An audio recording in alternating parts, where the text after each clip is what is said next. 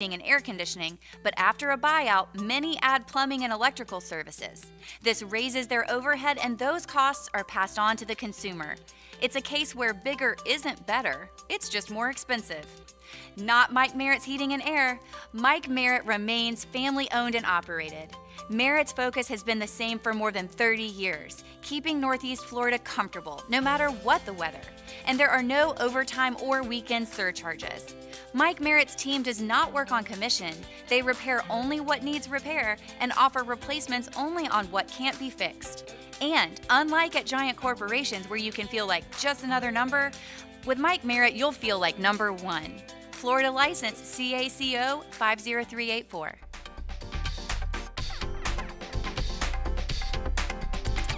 Home of the Jacksonville Jaguars. WJXL AM Jacksonville Beach. WJXL FM Jacksonville Beach.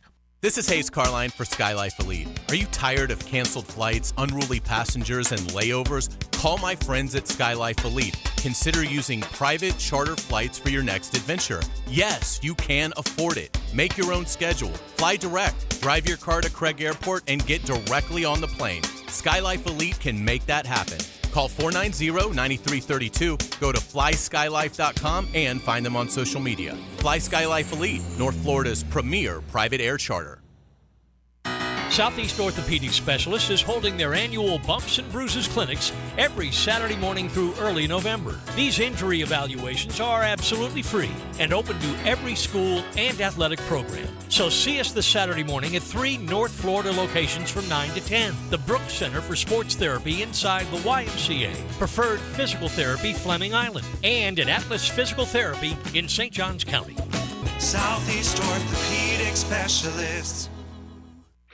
Hey poker players, get ready because the World Poker Tour is coming back to Best Bet Jacksonville from October 26th through November 14th. It is your chance to become a World Poker Tour champion with 14 different poker tournaments to play in, including the Best Bet Scramble, a $5,000 no-limit hold'em main event with a $1 million guarantee.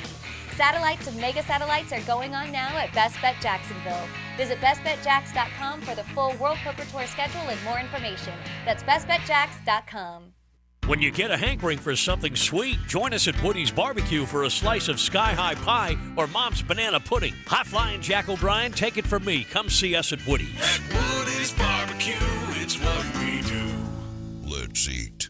A lot of companies will tell you they're the best. At Custom Tree Surgeons, they show you every time. Custom Tree Surgeons has built an all-pro team. Every tree service professional has years of experience, continually trained and certified. They know what, when, and how to handle any job. It gets done efficiently and quickly by a team of experts. So for tree trimming, removal, stump grinding, and emergency services, forget any name other than Custom Tree Surgeons. There is no job they can't do better. Go to website CustomTreeSurgeons.com. That's CustomTreeSurgeons.com, and let them show you how the job is supposed to get done. This is your Southeast Orthopedic Specialist local sports update. I'm Andrew Gibson for 1010XL. This update brought to you by Lepo Rents and Bobcat of Jacksonville. Kickoff is almost here between number 4 Florida State and Clemson. Seminoles star defensive end Jared Verse can't wait to play on the road at Death Valley. Oh, yeah, I ain't gonna lie. Like, we walked on Sunday, we met, and everybody's talking about Clemson. You see people smiling, all excited for it. They're talking about the environment, Death Valley, everything like that. And I'm hyped up for it. I ain't never been there. I heard it's a fun thing to do, so I'm hyped. Florida State defensive end Jared Verse this week on playing at Clemson. 4th-ranked Florida State at Clemson. Kickoff tomorrow at noon on ABC. Meanwhile, the 25th-ranked Florida Gators play tomorrow night in the Swamp against Charlotte. Kickoff at 7 on 1010XL. It's 83 degrees at 3 o'clock. Time and temp brought to you by Bueller Air Conditioning. Stay cooler with Bueller.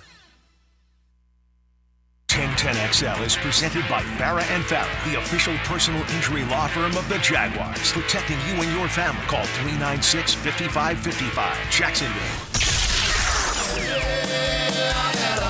Hot day and it's a long way back to my home. Turn the radio on, I'm hearing my friend Lizzie pretend that the boys counts, but nothing amounts to anything until I hear it from you.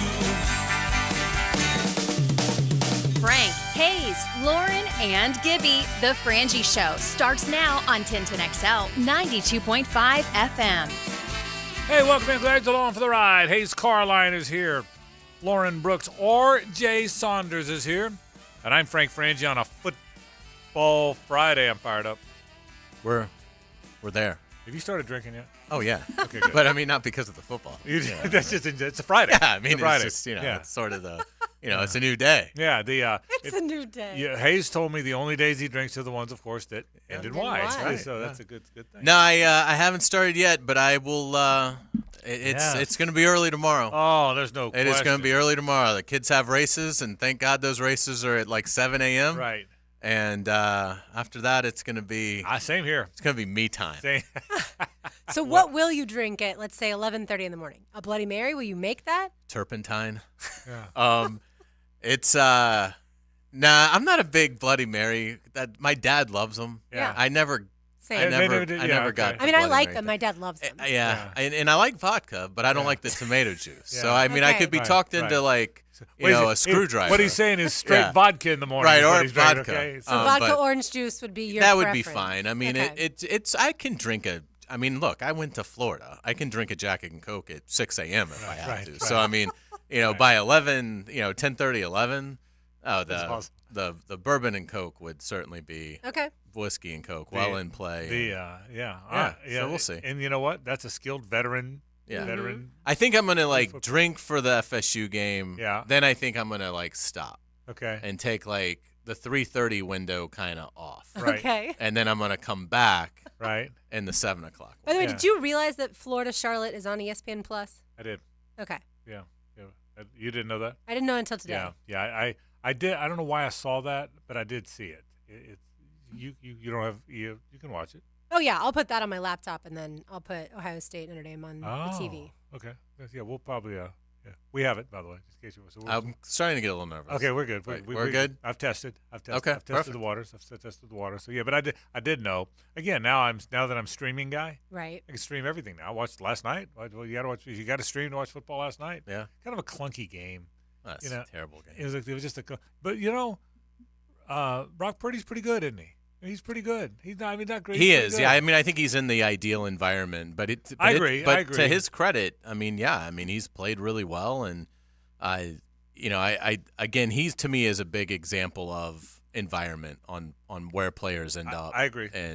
But he, to his credit, has made the most of his chance. So we'll talk a lot about the NFL today. It's really a fun show today. We'll do our JOI health update that comes up for you today. All kind of fun stuff. Jimmy Himes live today at 5 o'clock. It'll be good to check in with our friend Jimmy Himes. Pete Prisco today at 4 o'clock. So we'll talk NFL with Pete Prisco. So we got all kind of fun stuff going. Again, I know I've sounded like a broken record, and which isn't the first time that's happened.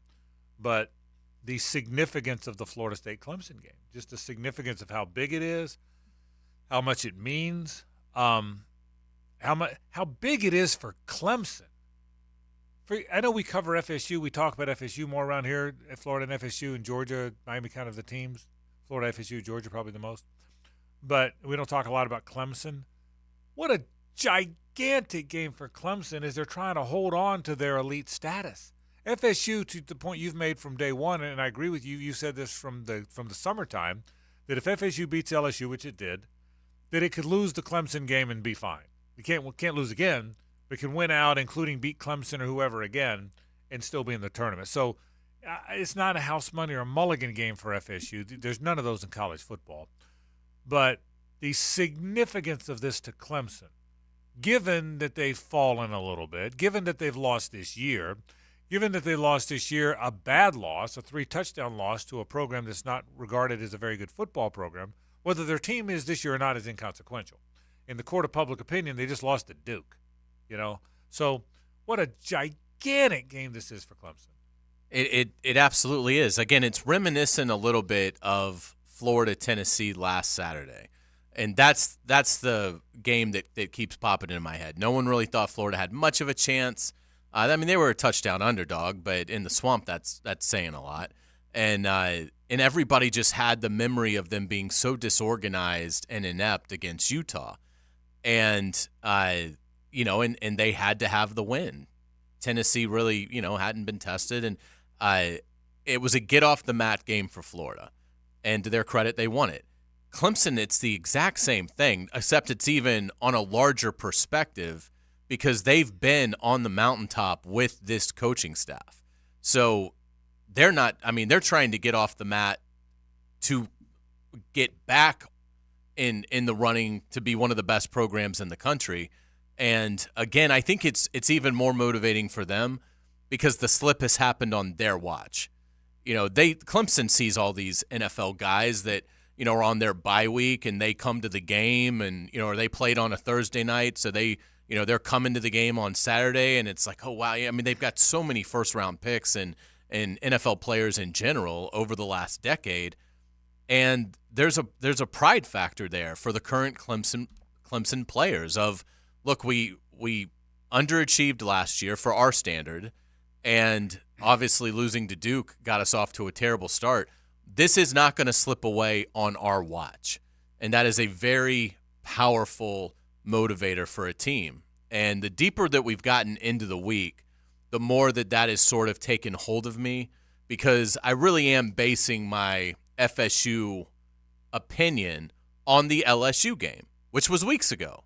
And in weeks, college football teams can change, and it's when you see a team, it's what is going on in that moment. And again, I've based my Clemson opinion largely on the Duke game because that's the one I watched. But it's been weeks, and as we've seen, that can be dangerous when you're trying to break down college football. Yeah, I think what's interesting, Frank, is it is massive for Clemson. But Clemson could win this game. We could all think, okay, they didn't pass the torch. And then Clemson could turn around and still lose to Miami, to Notre Dame, to North Carolina, and to South Carolina. Like, those are all possible losses coming their way. So we put it under the microscope because it's this weekend and we're still early in the season. But even if Clemson wins, it still may be Dabo's team isn't elite. That's a really good point. I positioned it as if Clemson wins this, they're automatically going to run the table. You're right. They could win this game, and it's a tough schedule. It's a very tough. Yeah, they're not better than Notre Dame. But the narrative Saturday night would be Clemson is back. Has gone nowhere. Yeah. And so, but they may not. But that's how big the game is for Clemson. So we'll certainly talk about that. I got to think about the Jags and the Texans. I think, and I don't want to put more pressure on them. Is Houston actually showing up for this game?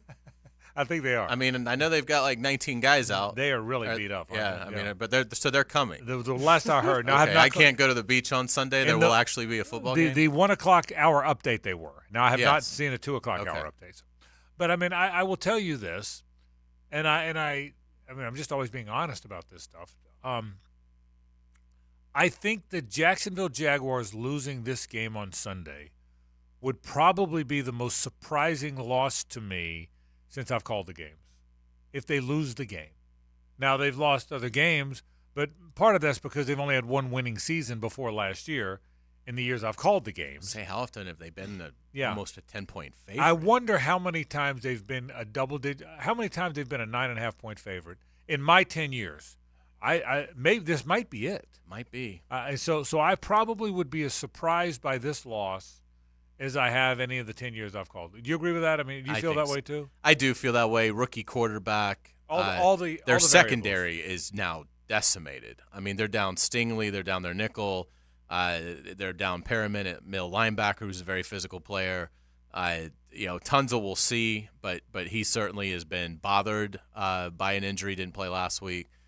I mean, they just seem like, for a team going into its third game, they've got legit injury attrition concerns on the highest level, and they're not very talented to start with. So I think if the Jaguars lose this game, I think I could confidently say it'll be their worst loss from a favorite standpoint in the time I've covered them, which is since 13. Yeah, 1 year longer than I've been calling the game. So we'll see. I just it just seems like to me this is one you want to get to a point to where you're supposed to win without thinking twice.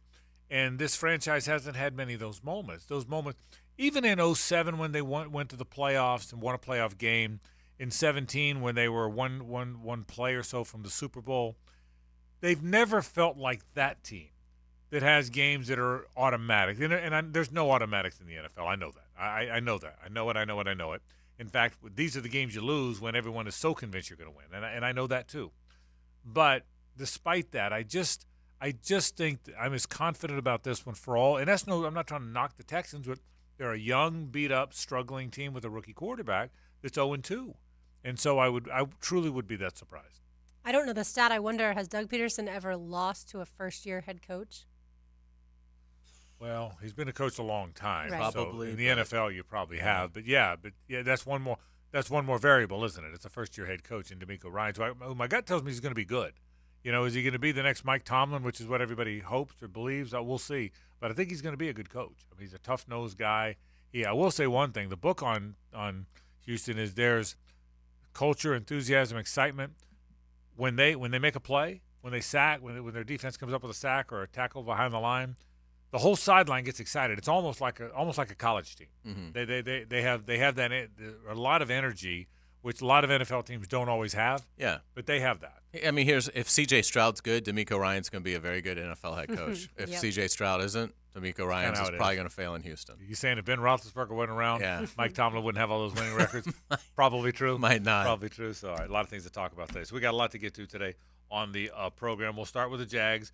We hear from a guy that I think, and I really believe this, is the next star. And I really believe you can only be so much of a star as a safety. Cover corners can be stars more easily. Offensive sack specialists can be stars. Linebackers, if they're as good as Micah Parsons. Offensive guys, obviously. Safeties, there's a handful of safeties that have been stars in the league. Polamalu, Adrian Wilson, more recently were stars. Ronnie Lott back in the day. But you can't, level guys anymore. Right. So I feel like it really hurts. It's even harder. That. It's even you know harder. What I mean? I agree with you. Because part of that stardom for those guys was they would just take you out. Right. And you can be. And Cisco could be that player, but obviously the rules of the game don't allow that. What made Polamalu such a star and Adrian Wilson such a star is they did different things. One of them, 20 sacks and 20 interceptions. Is that I think Polamalu had that, which is an incredible stat. It is, absolutely. But I think Andre Cisco can be that kind of player. I think he's really good. I think he's really good. I mean, and I thought he played a great game last week, not just because he had a pick and almost a second pick. I just think he's around the ball. So when we come back, we'll kick off our Jags coverage by hearing from who I think is the next Jaguar star, safety Andre Cisco. Hayes caught up with him in the locker room today. We got a lot more to talk about. We'll talk a little bit about our walk-off clinic. We had our first one of the year today. It was just fantastic. We'll talk FSU Clemson, a great deal of the show. Pete Prisco at 4, Jimmy Himes at 5. Glad you're with us on 1010XL and 92.5 FM. The Frangie Show, live from the Hastings Injury Law Firm Studios on 1010XL. Hit back with Hastings. A Sunday drive can be a relaxing cruise in the country unless it's the drive of the game.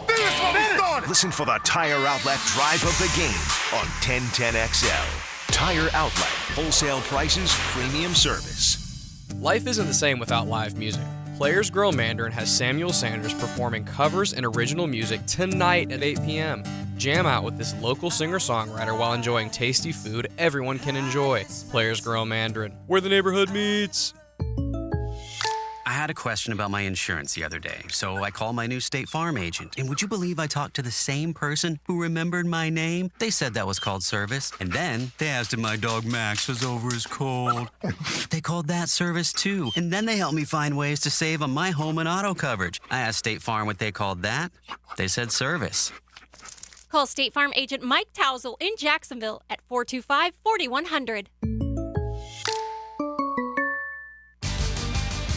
This is Rich Miller with your Showtime Sports Cards and Collectibles Update. In 4 days, Showtime will host Jaguars running back Tank Bigsby for an in-store signing. Tuesday night, September 26th, from 5 to 7 p.m., Tank will be at Showtime, and we'll have items for him to sign to, like helmets and footballs. Tank at Showtime Sports Cards and Collectibles. Update your collection.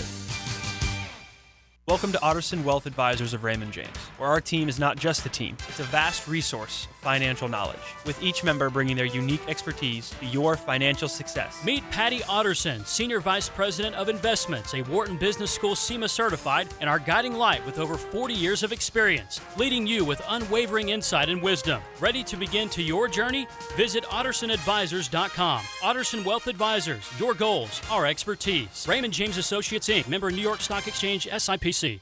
Every weekend is a stone cold sports weekend. Hey, Dan Hicken here. Watch for the Weekend with Dan on YouTube and Facebook, and I'll help you put together your sports weekend. Weekend with Dan brought to you by Stone Core. We do the outdoors better.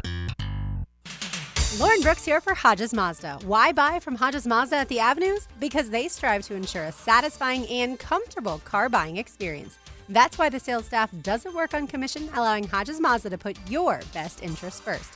Whether you're looking for a brand new Mazda or a pre-owned vehicle, Hodges Mazda has a large selection to help you choose from. And every vehicle purchased from Hodges Mazda comes with 2 years free maintenance and free car washes for life. Now that is peace of mind. So visit Hodges Mazda today or shop online at HodgesMazda.com.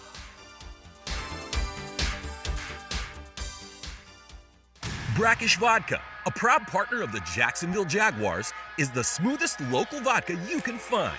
Made right here in Jacksonville, Florida, 100% from corn, Brackish Vodka is the local gluten-free choice.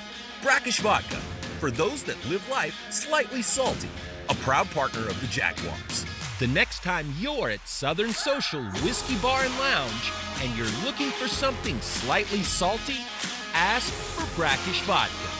The First Coast has voted. Jacksonville Orthopedic Institute is proud to be chosen as Bold City's best in the orthopedic practice and physical therapy and rehab centers categories once again. For the last 29 years, JOI has continually strived for the highest level of orthopedic surgery and rehab care. As the needs of the community evolve, so will they. That's why coaches, parents, and athletes choose JOI. Call them at JOI 2000 or visit JOI.net. JOI, where the pros go. Hey, sports fans, this is Hayes Carline from MyBookie. If you're a veteran or rookie, you can bet with MyBookie. We're in full swing now for football, so check the updated lines at mybookie.ag and get your bets in to win real cash. Make sure you take advantage of their brand new cash-out system, giving you more options to bet and win all season long. If the first two legs of your parlay hit, cash out early and use the funds on another bet, or let it ride for the chance at a bigger payday. Join the MyBookie family for an entire season filled with odds boosts, free bets, and super contests.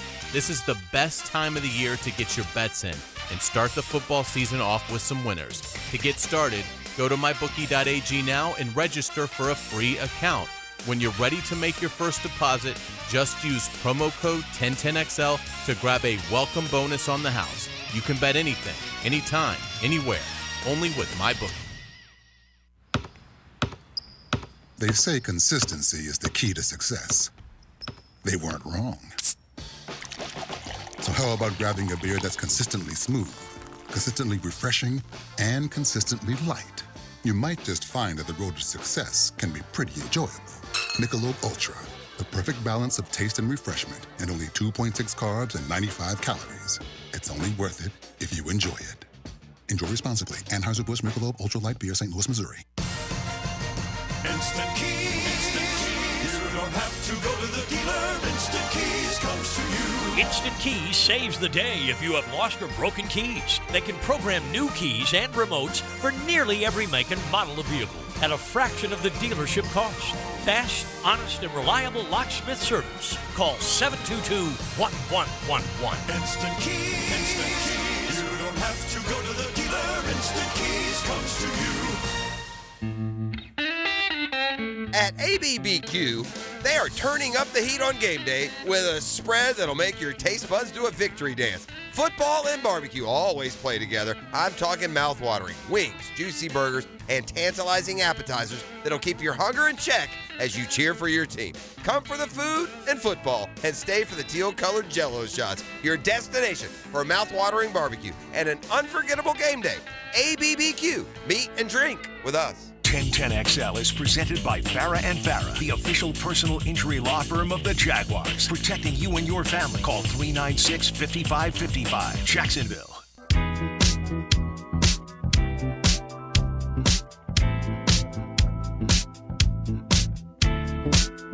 Now back to a Big Chief Tire Friday on The Frangie Show. Big Chief Tire. Visit BigChiefService.com.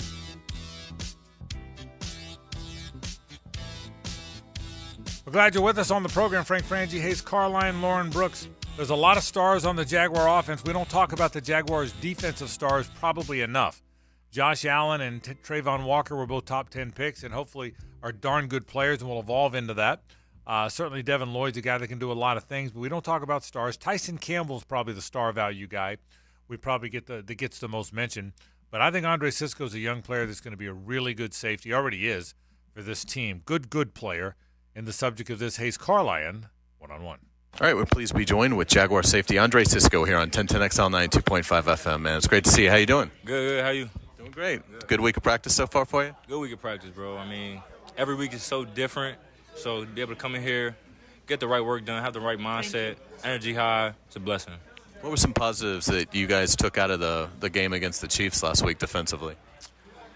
Positives, I would say play recognition. I think we're building our chemistry as a defense in terms of that.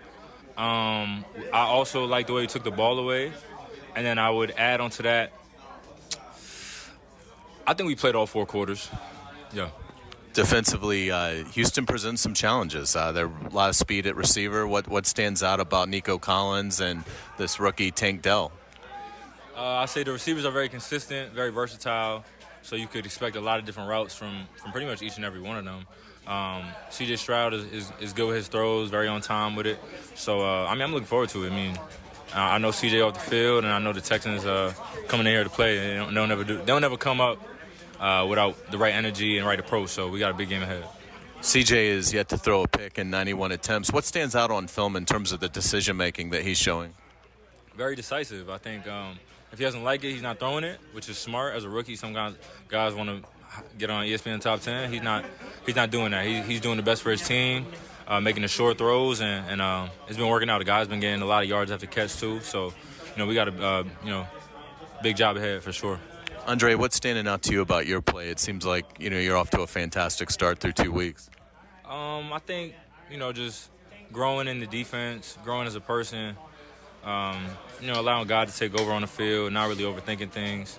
Still got a long way to go, but I was happy that I've been able to kind of step up in my type of leadership role and just embrace that. You guys talked in the offseason about the familiarity with Coach Caldwell's scheme and so many guys back. Has that paid dividends now that you're a couple games into the regular season? Are you seeing that come to fruition?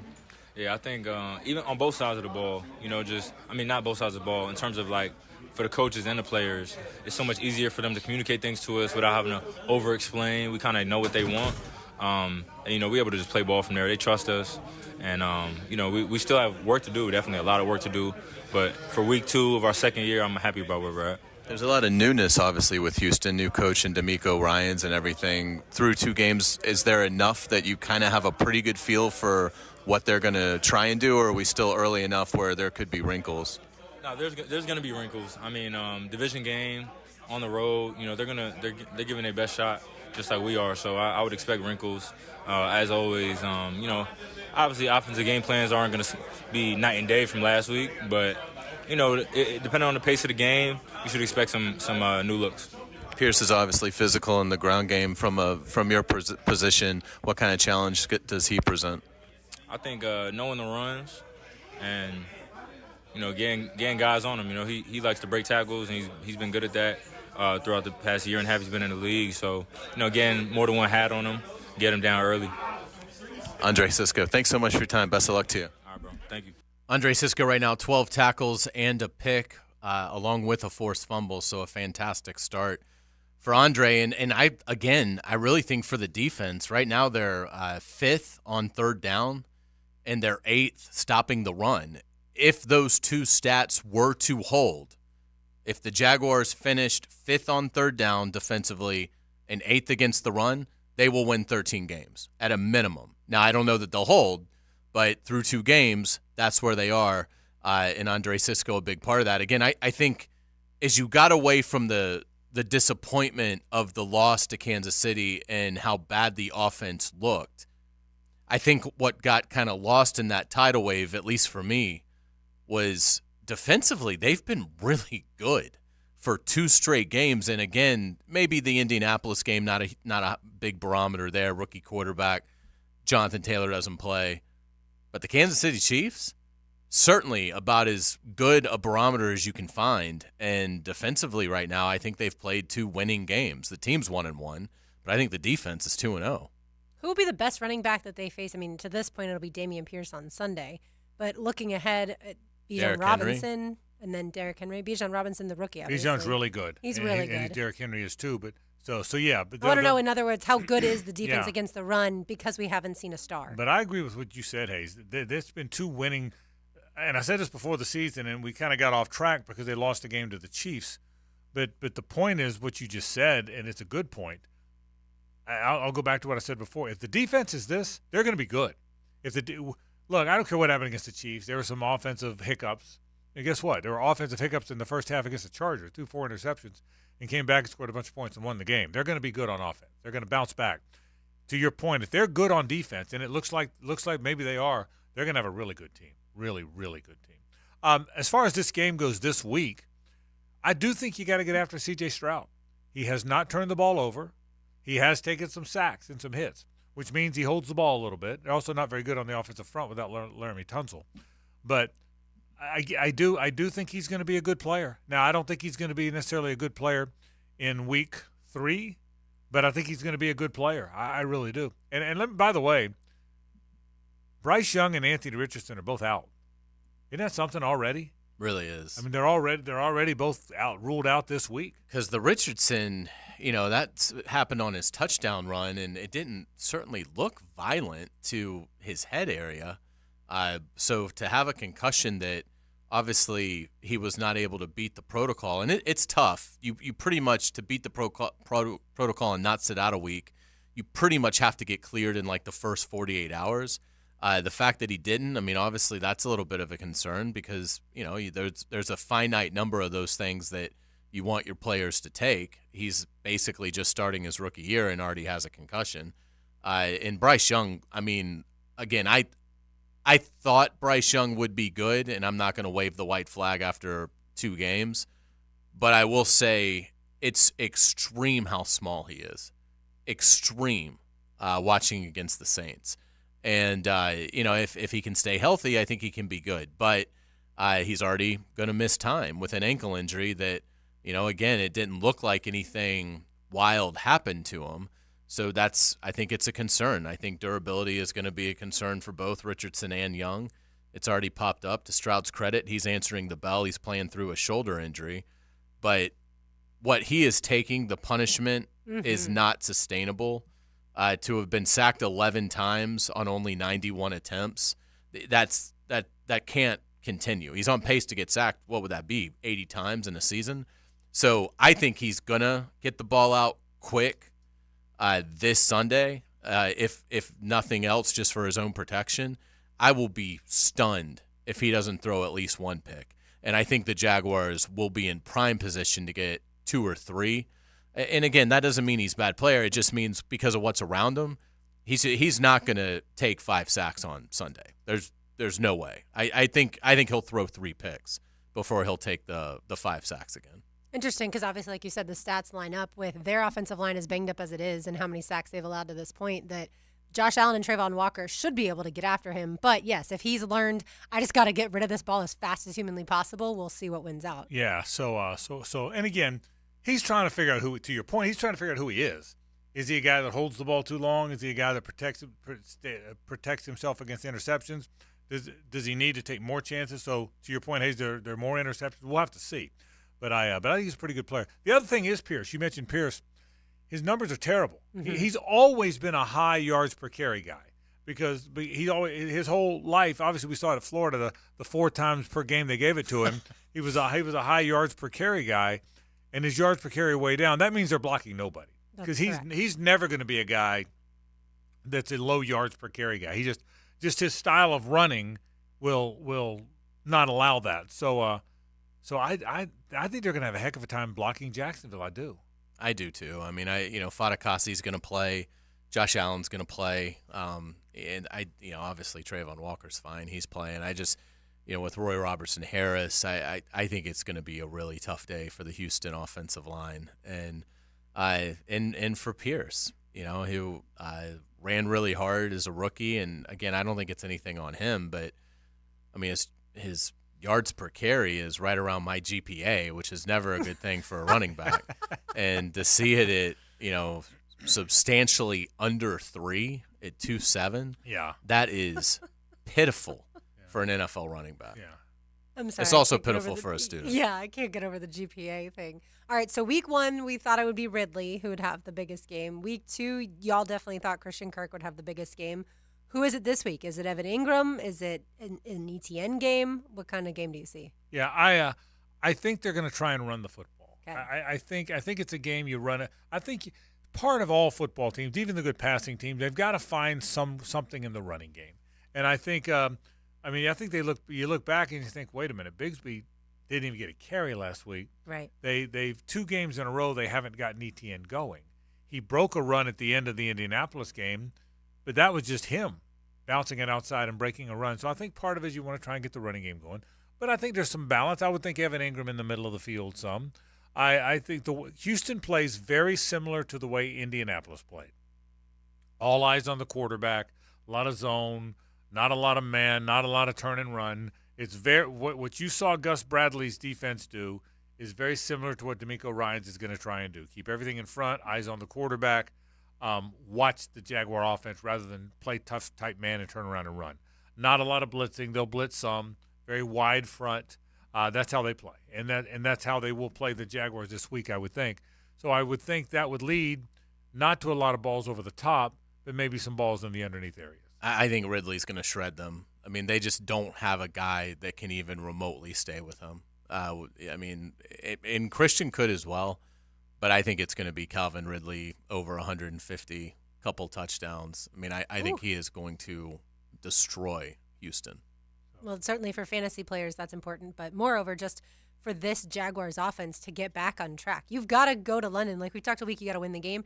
You also need the offense to get in sync before you head to London. Yeah, so we'll see. But I got a good feeling about this one. Nothing's easy in the NFL. There's no automatics in the NFL. But I was pretty convinced the 49ers were going to beat the Giants last night. I'm pretty convinced the Jaguars are going to beat the Houston Texans.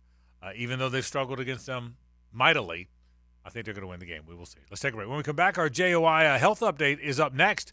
So stay with us on 1010XL and 92.5 FM.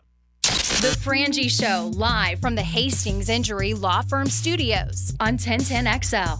Hit back with Hastings. First of all, congratulations on the show. Join the 1010XL Podcast Network. How do you like being in a real studio? Now you can find all your favorite 1010XL podcasts in your platform of choice. This month only at Key Buick GMC, save up to $6,000 on new Buicks or combine big savings with low APR to fit any budget, like 1.9% APR financing with $1,250 Conquest rebate. Enjoy a low APR like 1.9 for 36 months or 4.10 APR up to 60 months and even 5.04% for up to 72 months. As always, whenever you purchase a brand new vehicle from Key, it always comes with the lifetime powertrain warranty. Across the street from Tinseltown, Southside and Gate. Dome Headwear Company is your local source for premium custom headwear. Locally owned in Jacks Beach. Dome knows every hat has a story. Dome provides custom hats for so many local companies, so start your custom headwear adventure today at domeheadwear.co with the Custom Hat Builder. Everyone loves a great hat. From classic styles to trucker hats to visors to beanies, Dome has it all. Do better at domeheadwear.co. Tacos and sports go hand in hand, literally. You can watch the game with a taco in each hand or with a taco in one hand and a tennis racket in the other. Don here from Taco Lou in Jacks Beach. I love sports, and since you're listening to this station, you love sports as well. If you love sports and tacos, then Taco Lou is calling your name. You can watch the game here, call in a to-go order, and watch it at home. Or let us cater your next party. It's Friday, so here's to a weekend full of sports, tacos, and tequila at Taco Lou in Jacks Beach. When it comes to a new roof, you want the golden standard. Look no further than Golden Hammer Roofing and Gutters. With our unbeatable 5-year warranty, you can enjoy peace of mind knowing your roof is protected for years to come. And guess what? Our team can complete most roofs in just one day. That's right, you won't have to worry about long and disruptive construction projects. Golden Hammer Roofing and Gutters. Golden The Golden Standard in Roofing. This date in sports history is brought to you by Southeast Orthopedic Specialists. On September 22, 1990, Andre Dawson steals his 300th base and is the only player other than Willie Mays to have 300 home runs, 300 steals, and 2,000 hits. Hey, Matt Hayes here. Expert Automotive is now open at our brand new state-of-the-art facility on St. John's Bluff Road. As always, every repair comes with a lifetime service repair warranty. Come celebrate our grand reopening by getting a free AC inspection, $50 off any repair, $199 brake specials, and free diagnostics all month long. Call 374-3373 or visit us at our new location at 2190 St. John's Bluff Road. Expert Automotive. We never sell greed, only what you need. Pre-Game Friday is brought to you by MyBookie and Dream Finders Homes on 1010XL. Did you know that many cooling companies are now part of big conglomerates with no connection to Northeast Florida? In the past, they have concentrated on heating and air conditioning, but after a buyout, many add plumbing and electrical services. This raises their overhead, and those costs are passed on to the consumer. It's a case where bigger isn't better, it's just more expensive. Not Mike Merritt's Heating and Air. Mike Merritt remains family-owned and operated. Merritt's focus has been the same for more than 30 years, keeping Northeast Florida comfortable, no matter what the weather. And there are no overtime or weekend surcharges. Mike Merritt's team does not work on commission. They repair only what needs repair and offer replacements only on what can't be fixed. And unlike at giant corporations where you can feel like just another number, with Mike Merritt, you'll feel like number one. Florida license CACO 50384.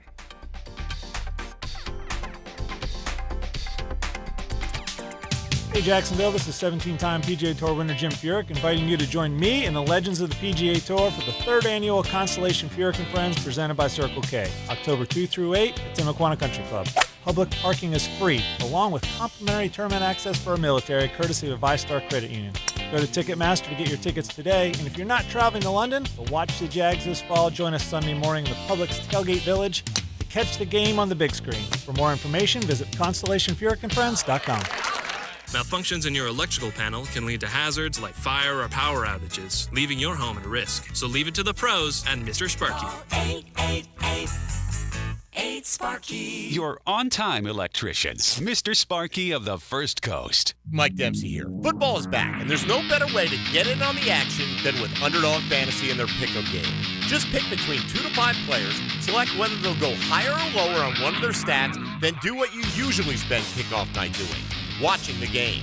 You can win up to 20 times your money in a single game by going 5 for 5. It's a fantasy game, but you can win real money. And it's fun and completely legal in Florida. So head over to their easy-to-use mobile app or website.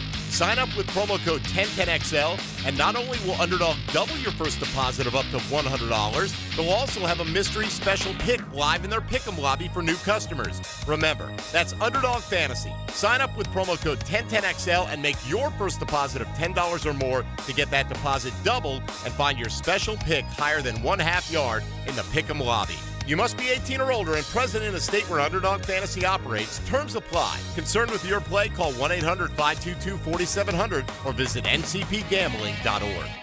Southeast Orthopedic Specialists is holding their annual Bumps and Bruises clinics every Saturday morning through early November. These injury evaluations are absolutely free and open to every school and athletic program. So see us this Saturday morning at 3 North Florida locations from 9 to 10. The Brooks Center for Sports Therapy inside the YMCA. Preferred Physical Therapy, Fleming Island. And at Atlas Physical Therapy in St. Johns County. Southeast Orthopedic Specialists. Are you feeling the heat? It's time to cool things down with Duck Duck Air Conditioning. Contact us today at 904-862-6769 or online at duckduckac.com. Duck Duck Air Conditioning to keep you cool and comfortable all year round. This is Dr. Kevin Kaplan, head team physician for your Jacksonville Jaguars. Here's the latest update on the Jags, brought to you by Baptist Health and JOI. Jaguars defensive tackle Devon Hamilton has missed the first 2 games of the season due to a non-football related injury. Jaguars head coach Doug Peterson had an update on Hamilton this morning. Devon's getting closer, to getting back out on the field. He's been lifting and working out and conditioning and all of that. Still has his line in right now. So hopefully in the next week or two that comes out. But as far as, the London trip, probably not going to take him. I just want to keep him here so there's no setbacks. Doug Peterson this morning with the latest on Devon Hamilton. The 1-1 Jaguars host the 0-2 Houston Texans. Kickoff Sunday at 1 o'clock on 1010XL. I'm Andrew Gibson with your Jacksonville Orthopedic Institute Jaguars update. 1010XL is presented by Farah & Farah, the official personal injury law firm of the Jaguars. Protecting you and your family. Call 396-5555. Jacksonville. You pray for my demons, girl, I got you. Every time I sip on, I get vulnerable. It's a Big Chief Tire Friday on The Frangie Show. For all of your tires and automotive service needs, it's Big Chief Tire. Always a Big Chief Tire Friday around here. Dr. Kamal Bosali, orthopedic surgeon from JOI, joins us now. Dr. Bosali, I know that you graduated from the University of Florida, so I just have to tell you congratulations on your win Saturday night. I appreciate it. I didn't have any specific role in that, but yes, I'm very proud of my alumni. As an alumnus, of the University of Florida, hopefully they'll continue the trend moving forward with another win this coming weekend. Absolutely. And Dr. Bosali, I don't contribute either, but I will always take full credit, like you said, because we are alumnus. All right, when it comes to the rotator cuff, what exactly is a rotator cuff? So the rotator cuff consists of 4 muscle tendon structures, and that provides range of motion, stability, and strength to the shoulder. And there are 4 distinct structures. We can talk about the supraspinatus, the infraspinatus, teres minor, and the subscapularis. And those muscles together provide excellent range of motion, stability, and strength for the shoulder. And that's why you're able to pitch a baseball. That's why you're able to throw a football or play golf. When you injure your shoulder, Doc, we hear all the time about rotator cuff injuries for pitchers. Pitchers are the thing, right? But it's not torn labrum or biceps tendonitis and all. That's different, right? I mean, a rotator cuff injury to a shoulder is totally different than all the other shoulder stuff we hear. Is that too? Does that make sense? Is that that's definitely accurate. So rotator cuff tears tend to be injuries of folks who are in their over the age of 40, and it's much more common as you get into your 5th, 6th, and 7th decade of life. So rotator cuff tears can occur in younger individuals with severe trauma. However, they tend to be more of a what we call degenerative process when you're older. And so folks who do have rotator cuff tears tend to be on the other side of the age spectrum. So those are other injuries you're referring to, like labral tears, biceps tendon inflammation. Biceps tendon tears can occur in older individuals, but frequently are injuries that do occur in younger folks. So if I had, because I did have, biceps tendonitis, almost where I had an impingement and needed a decompression. Is that totally different than this? Is that is it totally unrelated? Well, so sometimes those issues can be related. Bicep tendon issues typically exist in combination with other things such as rotator cuff injuries as well as labral tears. So, those things you just mentioned, they're usually part and parcel of a bigger problem that you're dealing with. And so if you've had prior treatment, usually your surgeon who performed that procedure was trying to address all of those issues at the same time. What's the treatment protocol for this? So in terms of rotator cuff tears, we try to help our patients with non-surgical management. That usually involves things like physical therapy, injections, medications that you can take over the counter. But there are some individuals who have tears that do not respond to that. And so sometimes you actually have to fix those tears. And the contemporary management of those tears involves going in there with a camera-based procedure through small incisions to actually reattach the torn rotator cuff using specialized devices such as sutures and anchors. Is a torn rotator cuff one of the more painful injuries one could have? So it's interesting. The question you ask is an interesting one because some people present with pain for years and some have acute onset of what we call symptoms or pain associated with what we call dysfunction or loss of motion and weakness. And so it really depends upon the individual. Everybody has a different response to pain. There are some folks who are able to manage the discomfort and pain with over-the-counter medications, and then there are some folks who seek care immediately for that issue, especially if it's an acute injury. Now, in terms of managing those injuries, surgery in of itself can cause soreness afterwards, which is very common. But there are also ways to mitigate those symptoms after surgery. A lot of our friendly anesthesiologists help us with pain control by doing what are called nerve blocks. And so the postoperative course after this type of surgery, the symptoms can often be reduced or mitigated with those additional nerve blocks.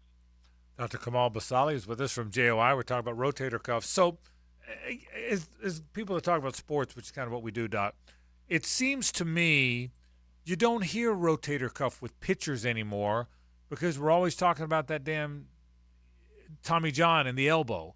Is it correct? Doesn't see. I mean, back in the day, everybody tore their rotator cuff, the pitchers. Now you don't hear that anymore because they're all messing up the whatever it is in the elbow that they have to fix with Tommy John. Is that changed a lot in your world, do you think? Well, so you bring up a great question. So unfortunately, we're seeing a lot of younger folks, even before they hit college baseball, injure their ulnar collateral ligament, and that's the ligament that's damaged that requires the Tommy John procedure. And so unfortunately, we have a lot of kids, adolescents who are pitching many innings, who are not being capped during their practices and are pitching on multiple days. And if you're a good player, your coach is going to throw you out there to pitch every game. And so there are ways to reduce that risk, especially if you're trying to play at the next level. And that involves maintaining what we call a good kinetic chain to the arm, good core strength. I'm old enough now that I still remember Nolan Ryan, where he had really good, strong core and legs. And so his power came from his core and his lower extremities. And he pitched, obviously, for many years, as everybody knows. So to your point, ulnar collateral ligament injuries are more common, but rotator cuff tears still are occurring in our baseball and overhead athletes on a frequent basis. This is a general question. I'm curious. What's the next big medical breakthrough in your field that's coming that maybe the public isn't as aware of? Is there something that you're excited about? It may be years down the line, but something kind of in the pipeline that's got your attention? Well, I think so the role of biologics, and what that means is using devices, whether they're mechanical or structural devices, as well as medications to potentially accelerate healing, in my opinion, is the new frontier of orthopedics. And at the end of the day, we do a very good job of fixing people and getting them back to their sport-specific activities, or frankly, back to having their mobility. But we still have challenges, with the time frame to getting those folks back from where they are pre-injury to post-injury. And so I think the new frontier is looking at those types of things that help accelerate healing, but without causing any adverse or negative effects when you're trying to heal from those injuries. Dr. Bosali, would you recommend to the average person who works out a few times a week, is there some sort of stretching that they need to do to ensure that they don't mess up their rotator cuff? So in terms of the rotator cuff, it's always important to have flexibility and range of motion. So performing a daily stretching routine is important. Also, making sure the muscles around your shoulder are strong, such as your deltoid, and the muscles that are on the backside of your shoulder, like the rhomboid and the trapezius. All these muscles have to be activated on a daily basis so that you can relieve pressure on the rotator cuff. The rotator cuff itself is highly susceptible to injury as we get older, and so that's unfortunately part of the age-related process. And the best thing you can do is to remain active, to stay within what your guardrails of what you can tolerate from an exercise perspective, and that should maintain the rotator cuff in good shape for many years and decades. All right, final thing. Dr. Kamal Basali is with us from JOI, and this is going to be off. This is going to be back to the UCL for a second, all right, and off rotator. Yes, sir. Go ahead. But I've had this conversation with Kevin Kaplan. I've had this conversation. Sure. I've had it with Lance Snyder. I've had it with a lot of your cohorts. I've had it with people in the baseball community, and I'm passionate about this. All right. I think if we have this many blown elbows, this many blown UCLs, that we're doing Tommy John this often, we're doing something wrong with the way we're pitching, training pitchers, teaching pitchers.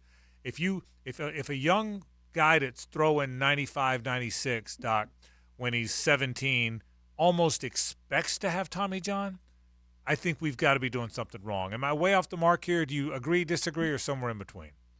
Yeah, so I mean, some of your statement, there is some truth to that, but I will tell you that it boils down to these pitchers pitching hard, pitching many innings, and also essentially exceeding the overall strength of the ligament that holds the elbow in place on that side. And so these pitchers are exceeding what would essentially be the physical capabilities of that ligament. And certainly you could argue from the sports side and the benefits of potentially playing at the next level and what may be down the road as far as compensation and Unfortunately, a lot of these younger athletes are pushing to get to that level, and most do not achieve that professional level. But unfortunately experience the setbacks of the injuries to their elbow that prevent them from playing further, even at the collegiate level. Yeah, it's an interesting world, no question about it. Dr. Kamal Basali from JOI, great work. We appreciate it, my man. Thanks for checking in. We appreciate it. Take care. Thank you for having me. All right, Dr. Kamal Basali talking about, my big thing, UCL, the too many Tommy Johns. I just think we're doing it wrong. We'll take a break. When we come back, let's get into some NFL talk.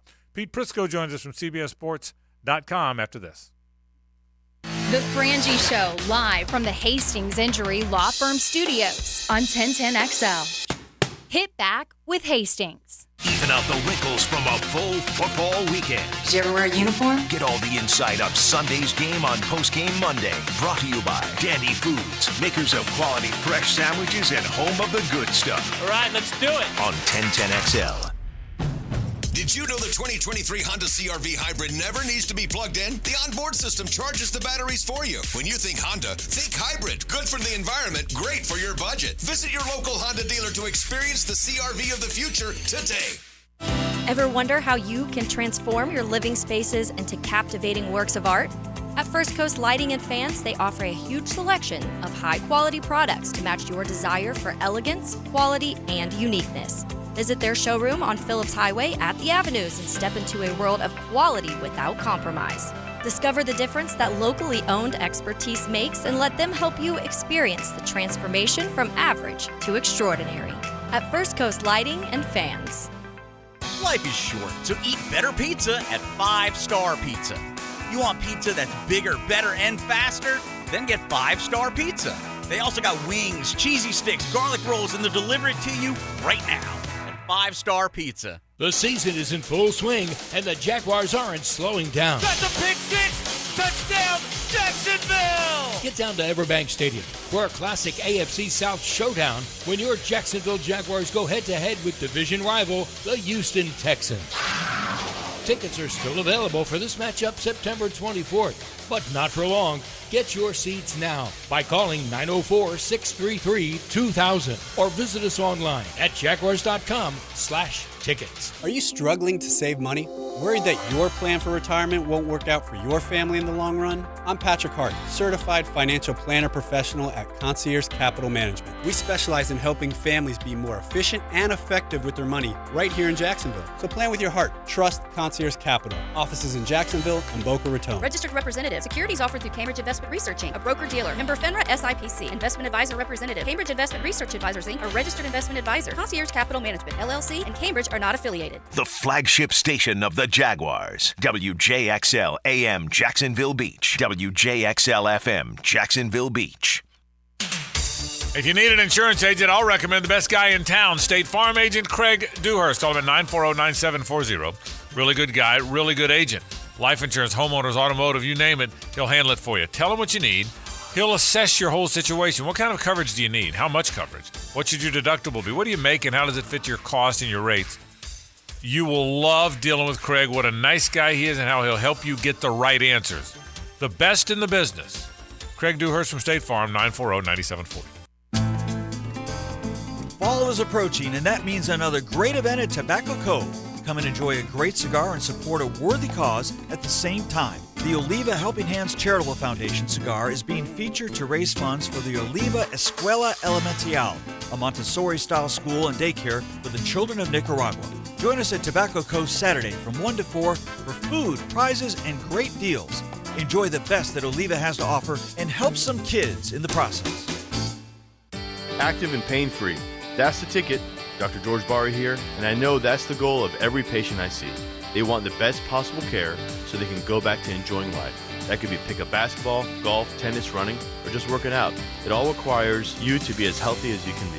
If joint pain is taking its toll on your active lifestyle, come see me at Barry Orthopedics. We have locations all over Jacksonville and can diagnose and treat even the most severe joint pain. A homegrown Jacksonville practice. Find out more at barryorthopedics.com. Are you feeling the heat? It's time to cool things down with Duck Duck Air Conditioning. Contact us today at 904-862-6769 or online at duckduckac.com. Duck Duck Air Conditioning to keep you cool and comfortable all year round.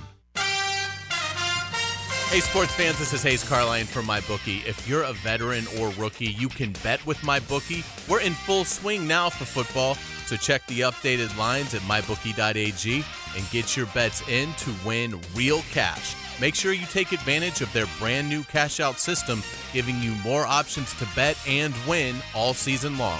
If the first two legs of your parlay hit, cash out early and use the funds on another bet, or let it ride for the chance at a bigger payday.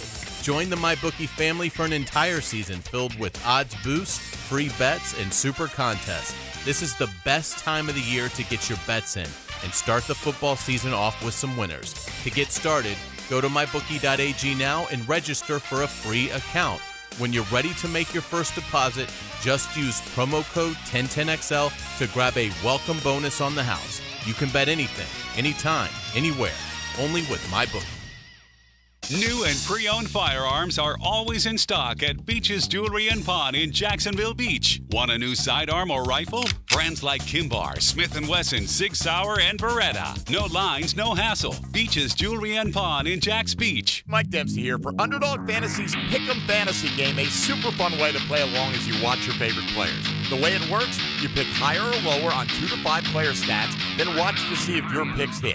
It's that easy. If you haven't tried out Pick'em, now's the perfect time. Football season's back, and to celebrate, Underdog announced their newest special that will be running all season long. It's called 100K Sundays. Every Sunday, Underdog's going to be giving $10,000 in cold hard cash to 10 winners who play Pick'em. You can take your chance by playing along every Sunday. One entry equals one ticket. Will you be one of the winners? Find out by making your picks this football season. In total, they're going to be giving away $2 million. That's a real number. $2 million just to people who are making picks. Try it out today by downloading the Underdog Fantasy app. You must be 18 or older and present in a state where Underdog Fantasy operates. Terms apply. Concerned with your play? Call 1-800-522-4700 or visit ncpgambling.org. A lot of companies will tell you they're the best. At Custom Tree Surgeons, they show you every time. Custom Tree Surgeons has built an all-pro team. Every tree service professional has years of experience, continually trained and certified. They know what, when, and how to handle any job. It gets done efficiently and quickly by a team of experts. So for tree trimming, removal, stump grinding, and emergency services, forget any name other than Custom Tree Surgeons. There is no job they can't do better. Go to website CustomTreeSurgeons.com. That's CustomTreeSurgeons.com, and let them show you how the job is supposed to get done. This is your Southeast Orthopedic Specialist local sports update. I'm Andrew Gibson for 1010XL. This update brought to you by Awaken 180. Tomorrow is a loaded day in college football, and it all starts with 4th-ranked Florida State at Clemson. Noles quarterback Jordan Travis on the challenge of playing at Death Valley. Yeah, we just talk about no distractions throughout the week. Can't get distracted. At the end of the day, the crowd is a distraction. We just can't allow it. We have to go out and dominate and play and be ourselves. I mean, that stuff doesn't matter. I mean, communication and stuff like that matters at the end of the day. People in the crowd should not affect our performance and execution. So just go out and play your game. It's an amazing atmosphere. I mean, it's something that you dream of as a little kid. Going out there and playing in front of all those fans, especially at Death Valley. It's a blessing for the men upstairs. Just go out there and ball out. FSU at Clemson, tomorrow at noon on ABC. It's 85 degrees at 4 o'clock. Time and temp brought to you by Bueller Air Conditioning. Stay cooler with Bueller. 1010XL is presented by Farah & Farah, the official personal injury law firm of the Jaguars, protecting you and your family. Call 396-5555, Jacksonville. Let's ring up another guest on the All-Pro Roofing phone line. Time for all things Jaguars and NFL with Pete Prisco. The Prisco Report, presented by Showtime Sports Cards and Collectibles. Showtime. On The Frangie Show. Let's bring in my boy Pete Prisco from CBSSports.com. Always brought to you by Showtime Sports Cards and Collectibles. Tank Bigsby now will be signing autographs on Tuesday. Advanced tickets still on sale. Call 904-527-8980. Pete, last week's game against the Chiefs, tough one. Good defensive game. What did you think of how it went? But the offensive line, the interior of the offensive line was terrible. And that's a problem. That's 2 games in a row. Those guys have not played very well. And when you don't play very well, it speeds up everything. And I thought, Trevor Lawrence got sped up and his mechanics waned and his passes were high. And, the right tackle that's to be expected when you're playing against a guy like Chris Jones. But I thought the interior guys, it's 2 weeks in a row they've gotten beat up pretty good, and that's a major concern going forward. How do you think they bounce back against Houston?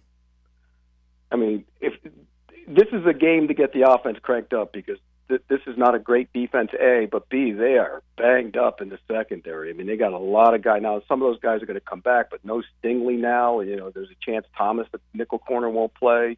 Petrie.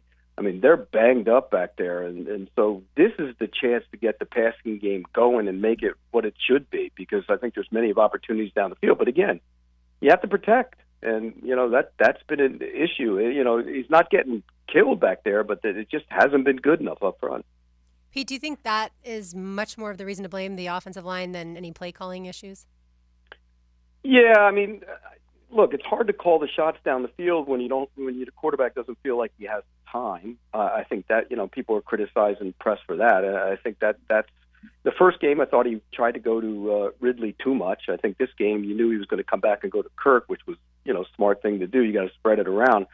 But I think it's hard to call a game. In fact, all those sideline passes that they throw, I think that's a byproduct of not trusting those guys up front either. It's an easy way to get the ball out of their hands, and I know they've done it in the past, but they seem to be doing that more and more. I do think the offensive line is a problem there, which is why going for it on 4th and 5 was a major mistake in my mind. Major mistake. Now, having said that, the receiver's open, and it's probably could have been a completion if he doesn't double pump it. And then he gets sacked. But the bottom line is you got to punt there. You're up 3-0. You have all the momentum. Punt them in. They haven't done anything on offense. I did not like that call when they went for it on 4th down. Yeah, here's my thinking on that. And I think probably if he has to do it over again, he doesn't go for it. Doug is a number one, and you know this, Pete. The game has gotten to where people go for it. The analytics say go for it on 4th, so more people do it than ever. And Doug's an offensive-minded guy, and going for it more than not going for it has served him well. But I hear you.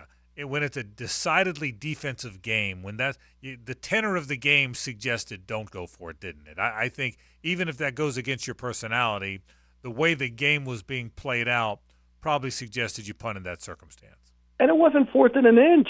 That's a whole nother situation. It was 4th and 5. It punt them in, and I think worst case scenario you go in 3-3. That's the worst case scenario. Now you go in 7-3, give them a short field, and all the momentum has gone to their side of the field. So I didn't like it. And you're right. If he probably would admit that it was a mistake if you asked him. Yeah, because he doesn't mess up that stuff very often. He's got a good feel for that. He's got a good game feel, man, as good as anyone I've been around. So moving forward, the Texans. Look, there's not many games where the Jaguars are a 9 or 10 point favorite in their history, Pete.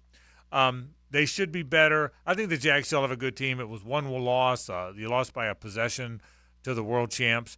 The Texans are rebuilding. I do think Stroud's going to be the best of the rookie quarterbacks. I've said that from day one. I still feel that way. But this one shouldn't be a problem, should it?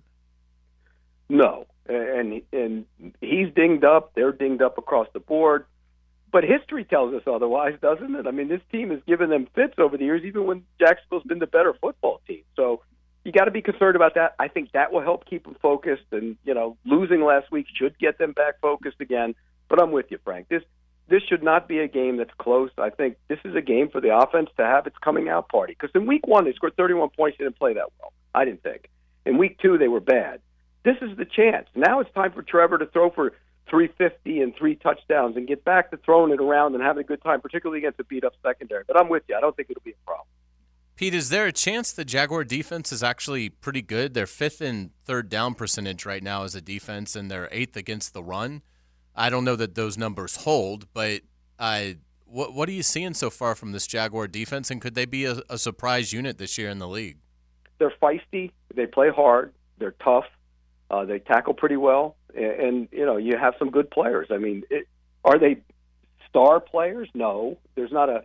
And me and Tony were talking about this Monday. There's not a game record there, but if you can get production out of Josh Allen the way you've been getting it, and Walker's played well. He's not getting big sack numbers, but he's played well.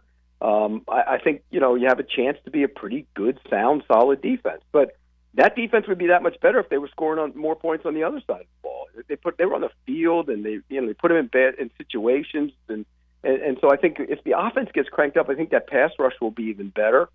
Who really played well the other day, and I mean, I've been a critic of his at times because I didn't think Trey Herndon played well the other day. I mean, for a guy and he gave up the one throw, but he looks like to me on tape, he looks like he's leaned up a little bit. He looks like he's got a little bit more bounce in his step, and he played well. So I think that's important for them because that's a position they get picked on a lot. And it certainly is. Pete, a team that you believed in that I don't know that I did, the Commanders, starting off 2-0. How do you feel about their season so far? Yeah, look, Sam Howell's better than people gave him credit for, just like I thought he would be. When you look at the way he plays, he's got the calm in the pocket. He can move around. He can make throws on the move. I think that's important. And they have the 4 guys who can rush the passer. And we know Jack Del Rio doesn't want to do much with the blitz, so he's going to rush with the 4 guys. If you can rush with 4 guys, you're going to get teams to turn the ball over if they're good at it, and those guys are good at it. They can rush from the interior. They can rush from outside. Chase Young got it going last week. That's important because you pair him with Sweat, Allen, and Payne. That might be the best 4 in the league when they get going. So, I think that's it was a surprise to me because I picked them to be a playoff team. But we'll know more about them on Sunday. They play the Bills, but it looks like it's going to be a monsoon up there because that hurricane or whatever that is going to hit up in that area. Pete, the AFC is interesting. The Ravens are 2-0. The Bengals look like they got problems. They're 0-2, and their quarterback's still hurt. Surprises for you in the AFC? What's jumped off the page so far? I think, you got to look at the Chargers.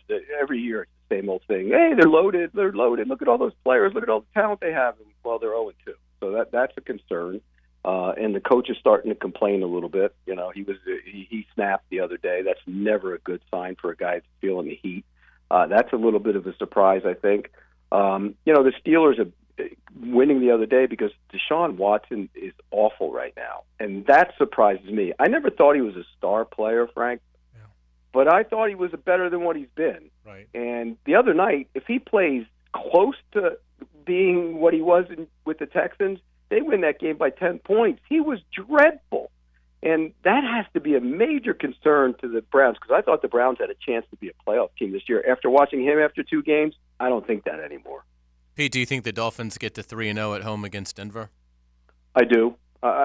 This Broncos team, there's a disconnect with the head coach and the quarterback. I'm telling you, I would not be surprised at some point if that thing continues to go rotten if he doesn't replace that guy with Jarrett Stidham, because I heard that when I was there in camp that they would, look at that possibility if it doesn't work out. And now you're hearing about he doesn't like the wristband. He never did with Seattle. Now he's wearing the wristband, and the plays are too complicated. I mean, there's a lot of things at play there going on, and that's quite frankly too. They're not a very talented team. I mean, they have some really good players, but they don't have a lot of depth there, and that's a problem. Pete, is there any chance that the Chargers can make the playoffs if they lose to the Vikings this week and go 0-3? I think it's an elimination game of sorts. I don't think either one of those teams is going to make the playoffs if they go to 0-3. That makes it like a mini playoff game in September. 0-3 is a giant hole, not just from the record, but from trying to regroup from that. You got to sit there and say, how do we regroup from this when we still got all these division games to play? No, I think whoever goes to 0-3 is in a big.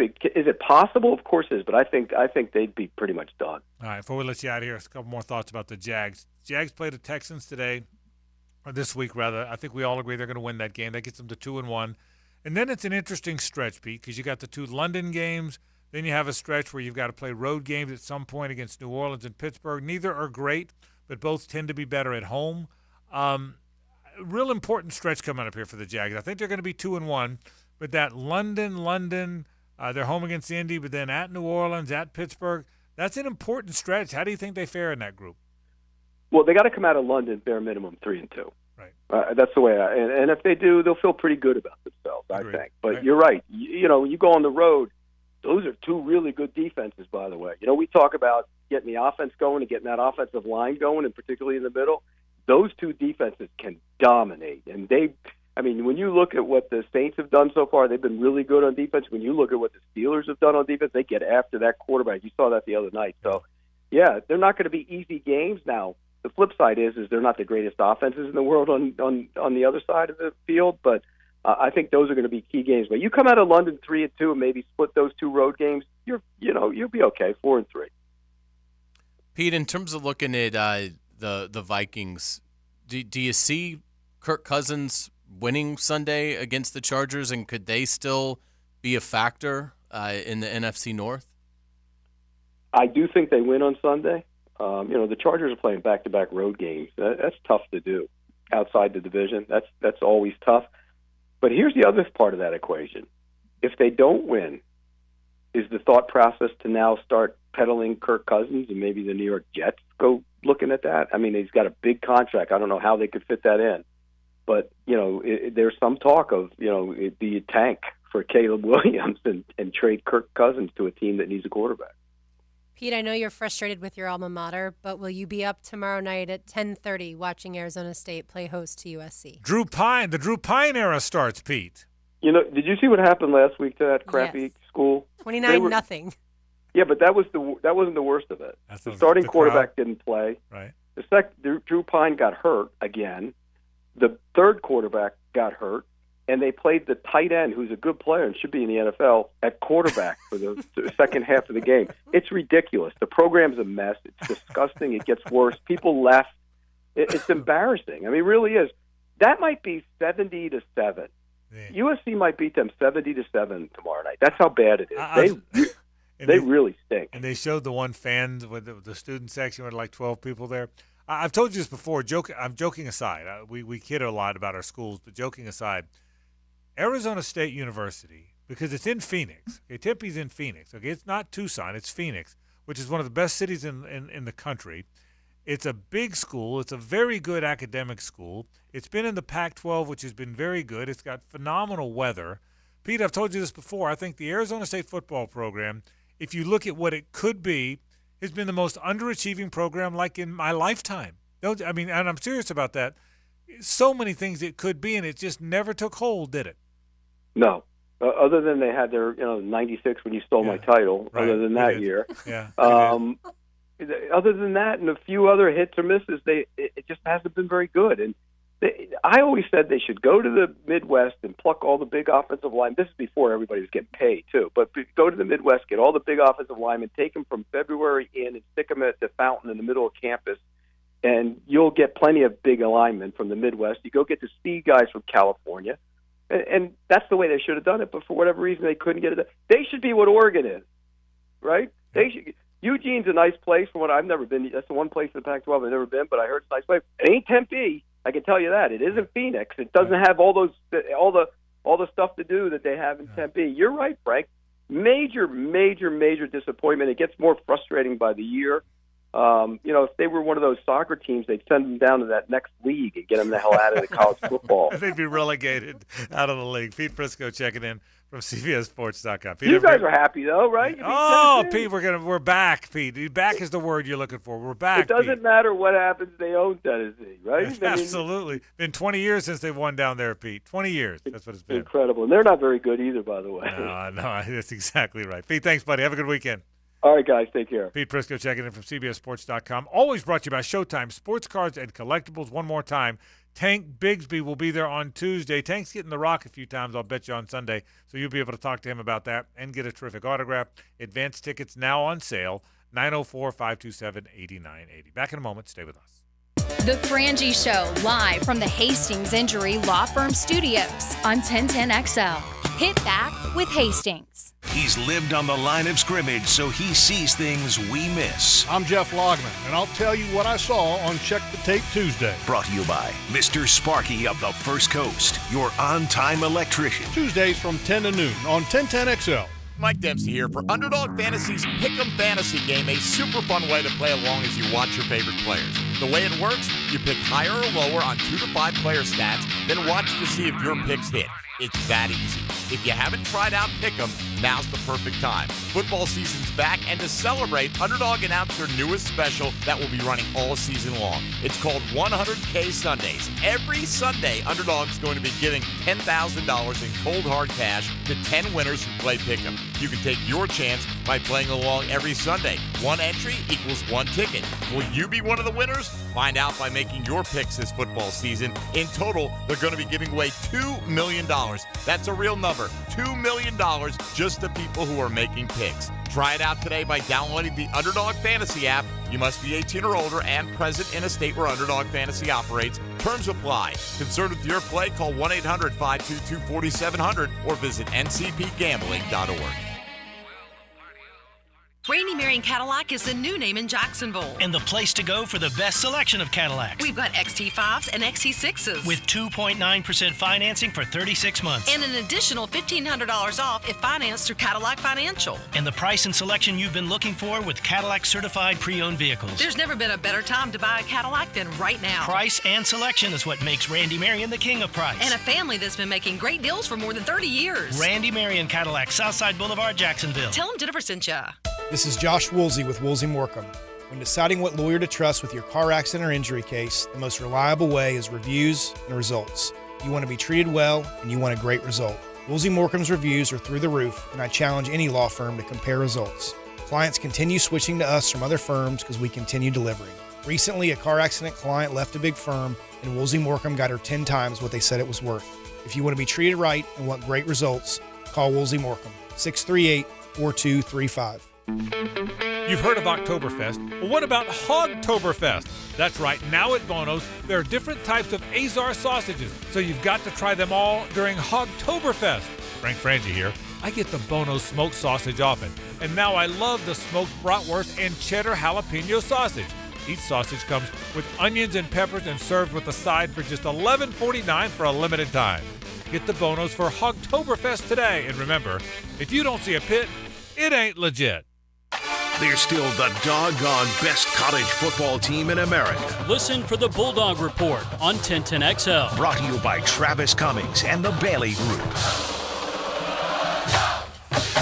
On 1010XL.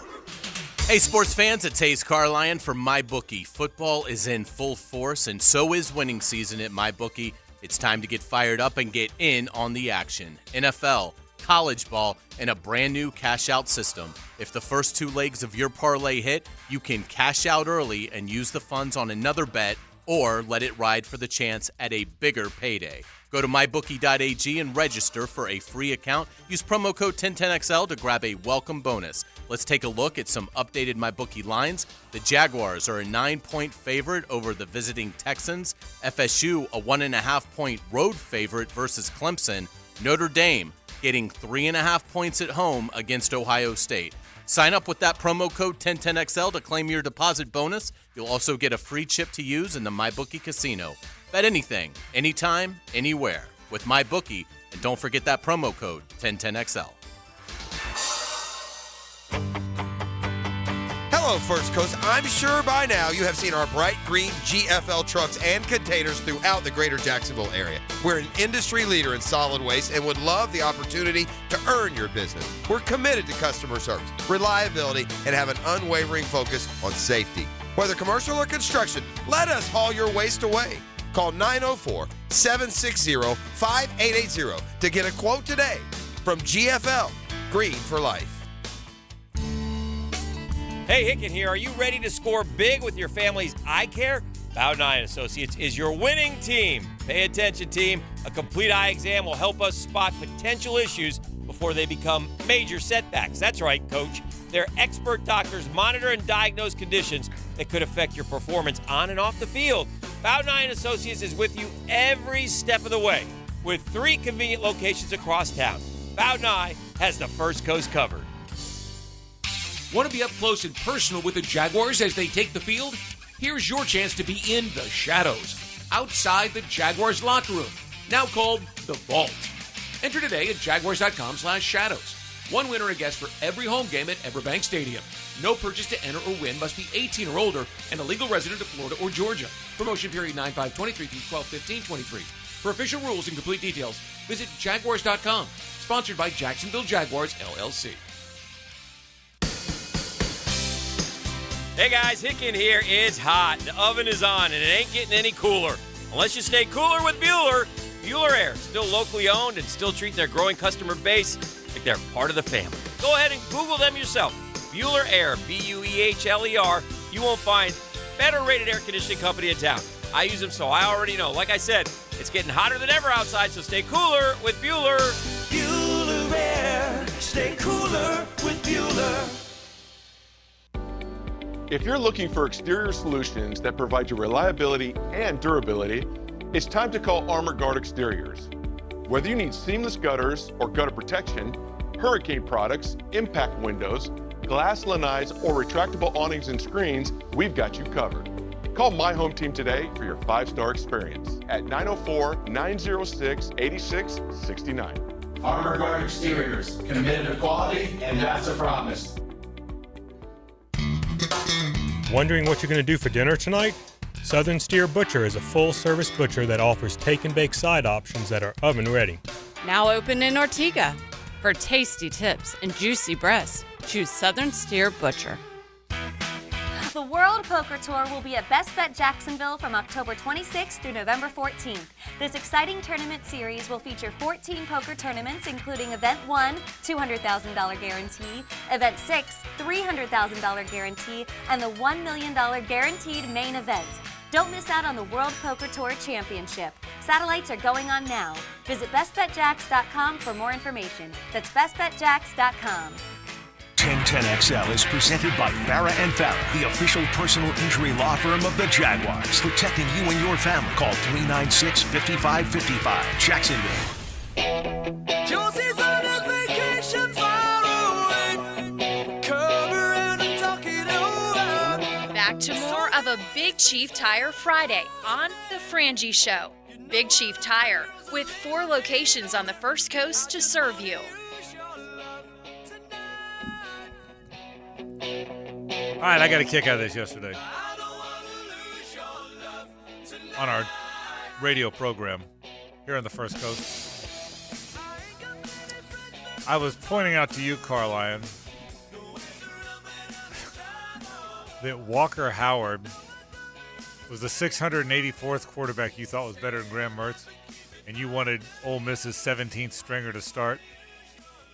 But you may or may not have made a pretty good point. You don't make very many, so let me give you credit for the one you might have made. Why, thank you. Hayes goes, can Graham Mertz throw more than 3 touchdowns? I kind of have made him the second coming of Tom Brady, haven't I?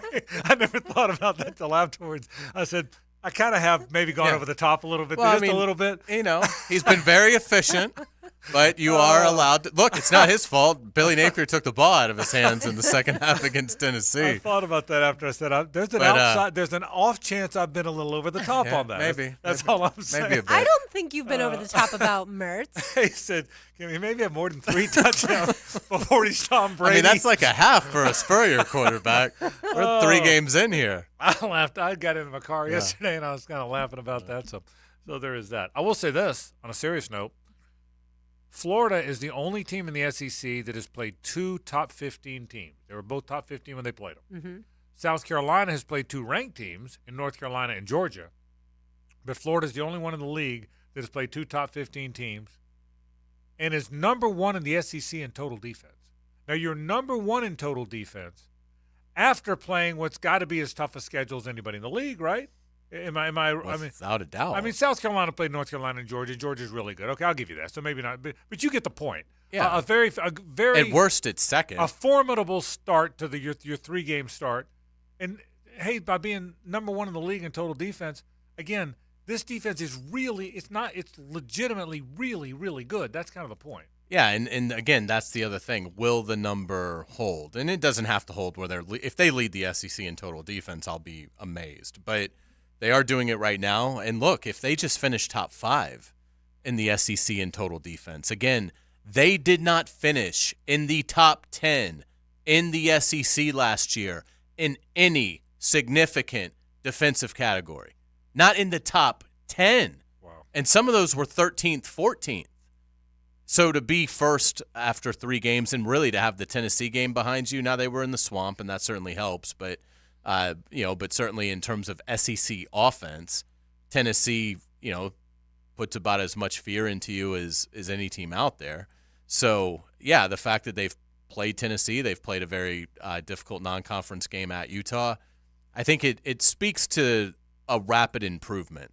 And are they going to have some games where they give up a bunch? I wouldn't be surprised if they go to LSU and LSU scores in the 30s. I wouldn't be surprised if I think FSU in the Swamp, they'll probably, because of the crowd, be able to slow them down a little. But because of all the talent and experience that FSU has, maybe they go into the Swamp and put up 38. But I mean, it's incredibly encouraging, and defenses. There's a lot of confidence plays into defense. It's we hear that swagger. Well, swagger is confidence. They had no confidence last year that they were ever going to stop anyone. You could see it in their body language against LSU last year. The defense would get really fired up on the sideline. They'd make a speech. Somebody would get up and say something. They'd go back out on the field. Jaden Daniels right down the field for a touchdown. Happened 6 straight times to start the game, something that should never happen to the Florida Gators in the Swamp. And I think now they are playing with such great confidence through 3 games that my guess is that's going to carry over, because you're going to have a 4th game tomorrow where the defense is probably going to put up some pretty good numbers. Yep. You're going to go to Kentucky, who doesn't really play to the level of – they're not trying to hang 40 on you. That's not how Kentucky – that's not their path to victory. Right. Great point. Kentucky tries to score like 24 and hope that you make a killer mistake that they're able to that they're able to take advantage of. That's who they are. I think Vanderbilt and Gainesville, obviously that should be a day that the Florida defense dominates. And then you go to South Carolina and, they're really erratic. They can't really block.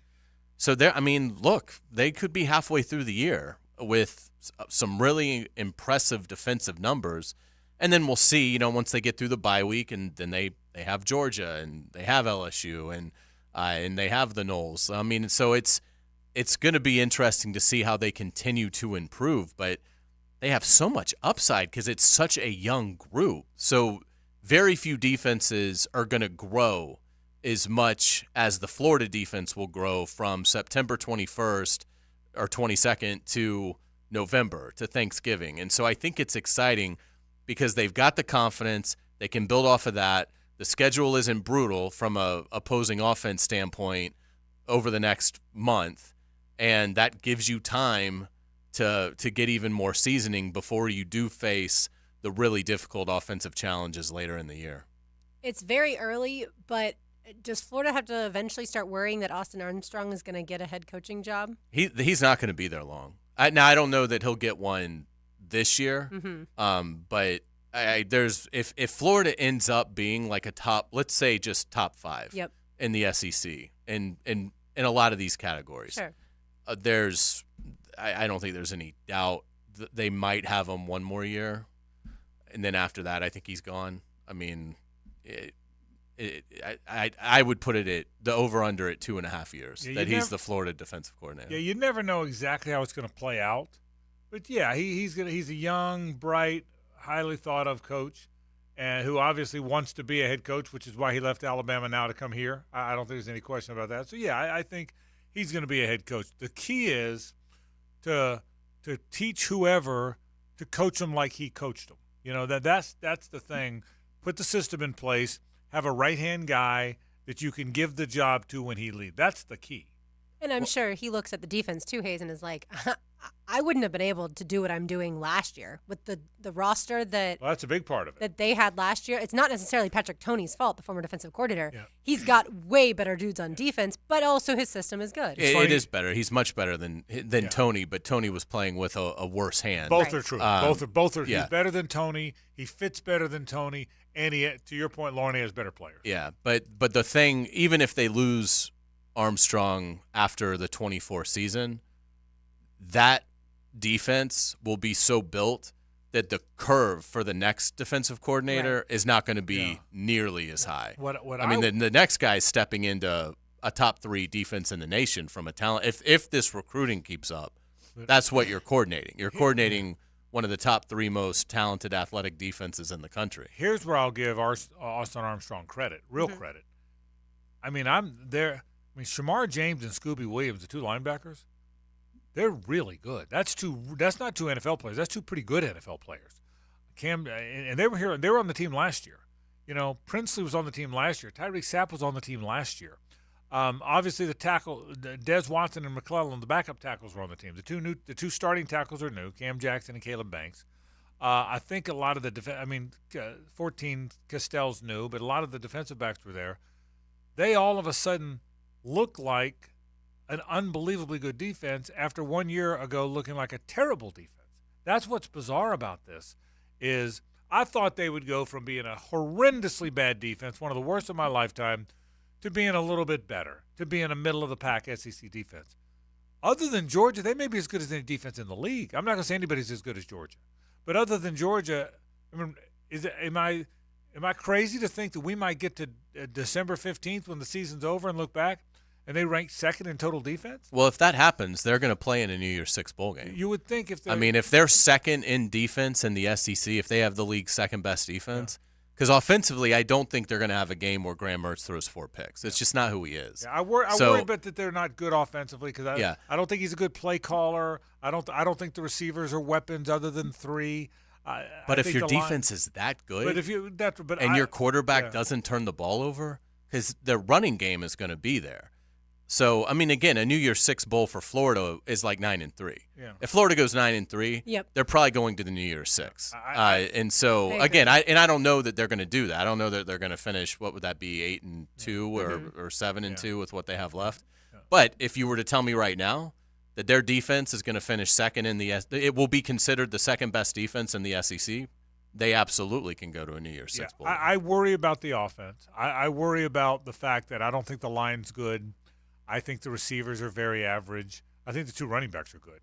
I think the 2 running backs are very good. I think Mertz is very serviceable, very, very serviceable, and will be a good quarterback for them. You think Pearsall and Healthy Wilson are just average? I think Healthy Wilson, he's only a freshman, so it's hard for me to see. I got to see him more, and I got to see, number one, wonder how long he's going to be healthy.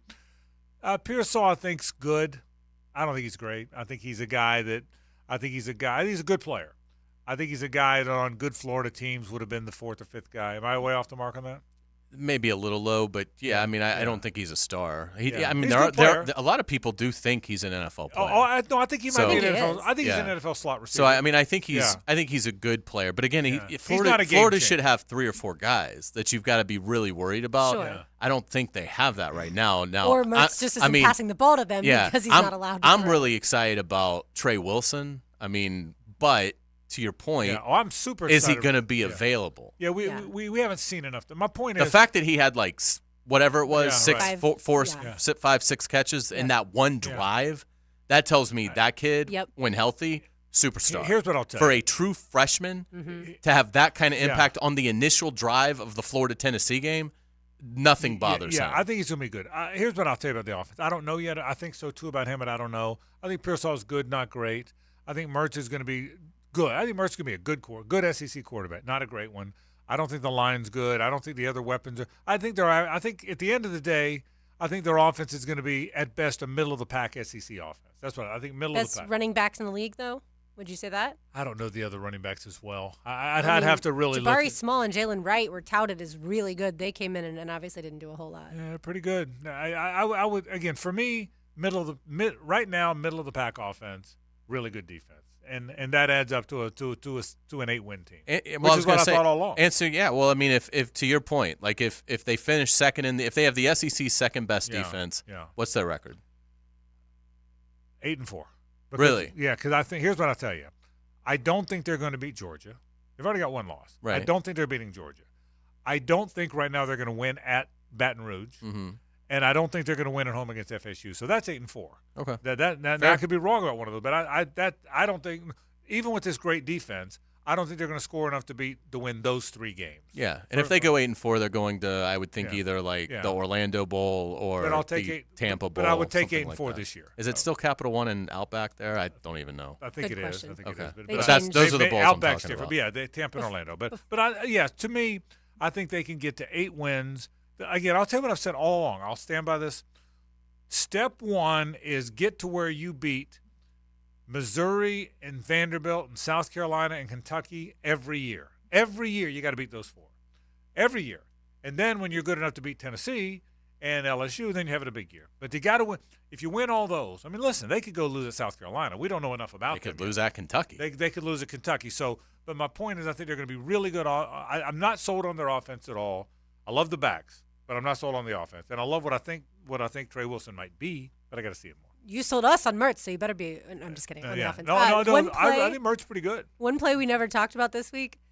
How impressive is it that Joe Milton got up after Big Dez landed his entire 430 pounds on him? Yeah, dude, big Joe Milton is going to be Anthony Richardson. I will tell you from being in Milton's post-game press conference, he is. Well, you guys saw him at. He's a giant. Yeah, right. I mean, he's gigantic for a quarterback. Yeah. So I mean, while that is a lot of weight to fall on you, he was even asked about it, and he was like, Okay. "I'm fine. It's football." He's It's Anthony, no I think he's Anthony But Richardson. I think he's. He by the is way, an imposing figure at quarterback. and he made 2 or 3 really good throws in that. He did. He's just not. He's just too But inconsistent. he also Which missed is some throws. exactly like the number 4 overall pick. All right, let's do some picks. Speaking of picks, we got our picks. We'll give you our standings and our picks. That comes up right after this on 1010XL and 92.5 FM. The Frangie Show, live from the Hastings Injury Law Firm Studios on 1010XL. Hit back with Hastings. Not many guys know what it's like to be under center wearing teal. Blue 92.5. David Garrard does. Mondays from 10 to noon on Jaguars Today. Brought to you by your local Napa Auto Care Centers on 1010XL. Are you searching for your next great ride? Then I've got great news for you. Arlington Toyota Pre-Owned has just announced an unbeatable inventory of over 500 used vehicles all in one place. I'm talking cars under $18K, over 200 SUVs, and more than 100 pickup trucks. Even better, right now, get no payments until January 2024. Arlington Toyota Pre-Owned, 10939 Atlantic Boulevard, or online at arlingtontoyota.com. Visit arlingtontoyota.com/offer for full details. Dome Headwear Company is your local source for premium custom headwear. Locally owned in Jacks Beach. Dome knows every hat has a story. Dome provides custom hats for so many local companies, so start your custom headwear adventure today at domeheadwear.co with the Custom Hat Builder. Everyone loves a great hat. From classic styles to trucker hats to visors to beanies. Dome has it all. Do better at domeheadwear.co. Steve Hackett, Genesis Revisited. Foxtrot at 50, plus Hackett's Highlights. Friday, March 1st, the Florida Theater. Tickets on sale now at floridatheater.com. How's Wingstop sound?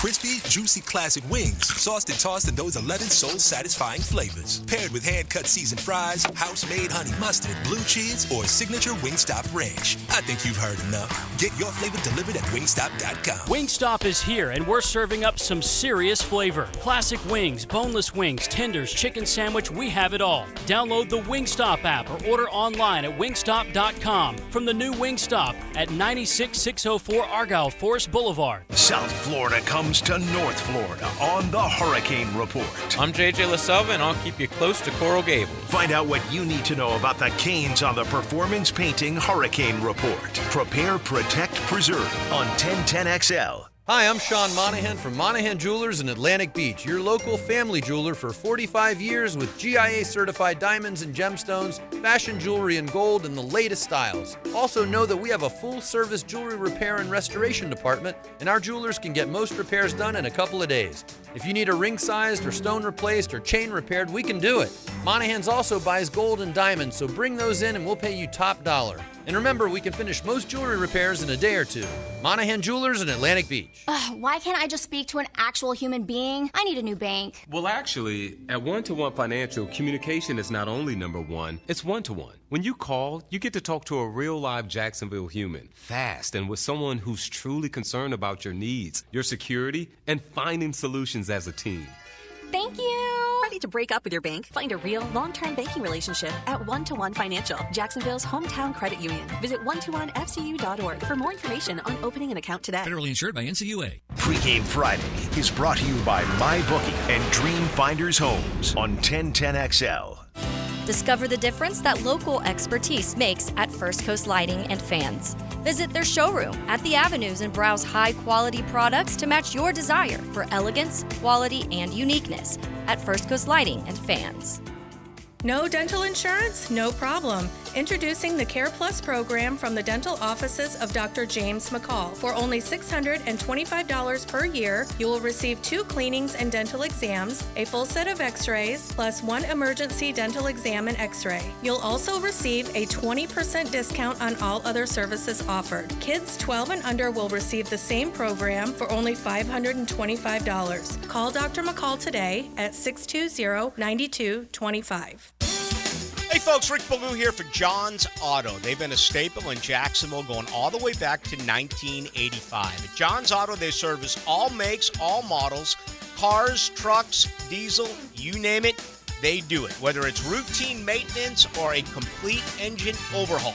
Call John's Auto on Arlington Road. That's 904-743-3857 or go to johnsautomotivejacks.com.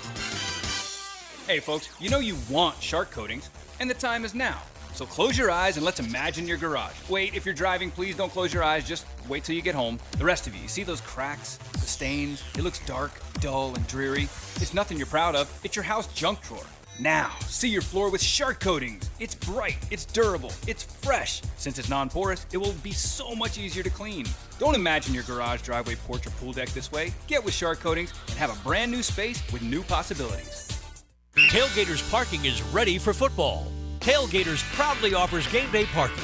Arrive 4 hours before kickoff and enjoy indoor restrooms, Growler's full-service bar and grill, and easy access in and out. Visit tailgatorsparking.com. This is Dr. Steve Crenshaw, Assistant Team Physician for your Jacksonville Jaguars. Here's the latest update on the Jaguars brought to you by Baptist Health and JOI. Former Jaguars and Texans wide receiver Cecil Shorts was a guest this week of Hacker After Dark and spoke about the mindset of the 0-2 Texans coming to Jacksonville on Sunday. Texans definitely have a little confidence going to Jacksonville. And they want to prove a point. They want to prove that they are 0-2, but they are a team on the rise, right? They want to prove a point like, hey, we can play with the big dogs. And that's, I think, what Jacksonville wanted to do last week is prove, hey, we can play with the big dogs. I think Houston has that same mindset coming into Jacksonville because Jacksonville is viewed as one of the top half of the league when it comes to the AFC. Former Jaguars and Texans wide receiver Cecil Shorts III, a guest of Hacker After Dark. Jaguars-Texans. Kickoff Sunday at 1 o'clock on 1010XL. I'm Andrew Gibson with your Jacksonville Orthopedic Institute Jaguars update. 1010XL is presented by Farah and Farah, the official personal injury law firm of the Jaguars. Protecting you and your family. Call 396-5555. Jacksonville. It's an old rock Thursday. Music the way it should be, or at least used to be, on the Frangie Show. Now, the Otterson Wealth Advisors Risk-Reward Picks of the Week. Otterson Wealth Advisors, your goals, our expertise.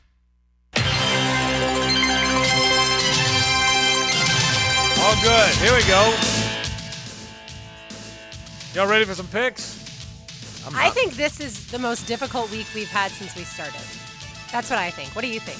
I think I'm going to abstain from the picks this What week. I think is take a zero. Take a zero? Here's what Okay. I'll tell you what I think. Has Live he been drinking? from Iowa City. That's what I think. Huh? That's brutal.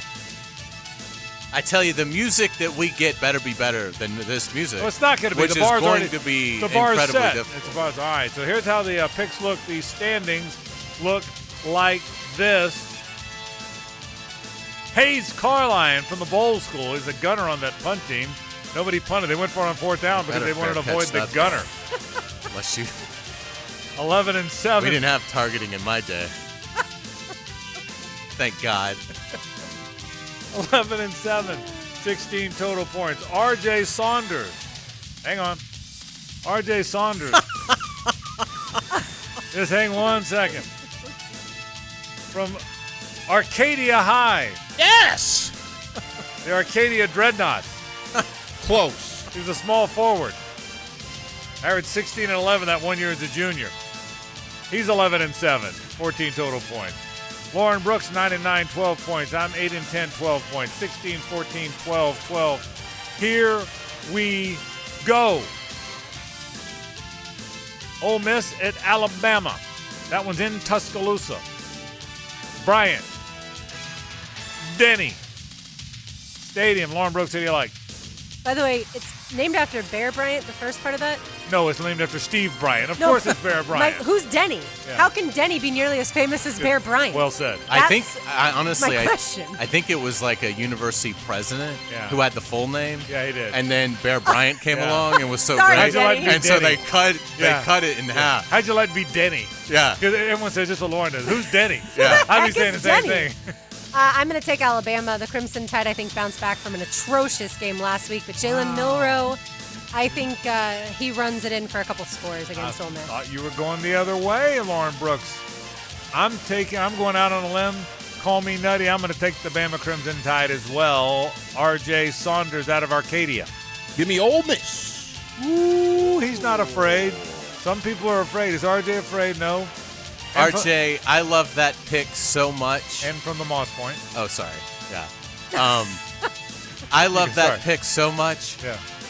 I'm giving you the game picker-upper, my friend. wow. I am taking the Crimson Tide and Nick Saban to figure it out. RJ, right back to you. Ohio State at Notre Dame. Ohio. O-H-I-O. Or whatever they say. Ohio That's State. what they say. They Ohio say State. OHIO. Lauren Brooks.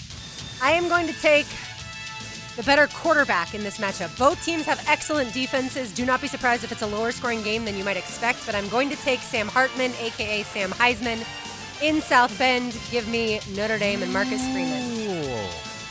Cheer, cheer for old Notre Dame. Wake up the echoes cheering her name. Send a volley, cheer on high. Shake down the thunder from the sky. What though the odds are great or small? Oh, Notre Dame will win overall. While her loyal sons are marching onward to victory. I'll take Notre Dame. Well done. Wow, very well done. Ace Carline.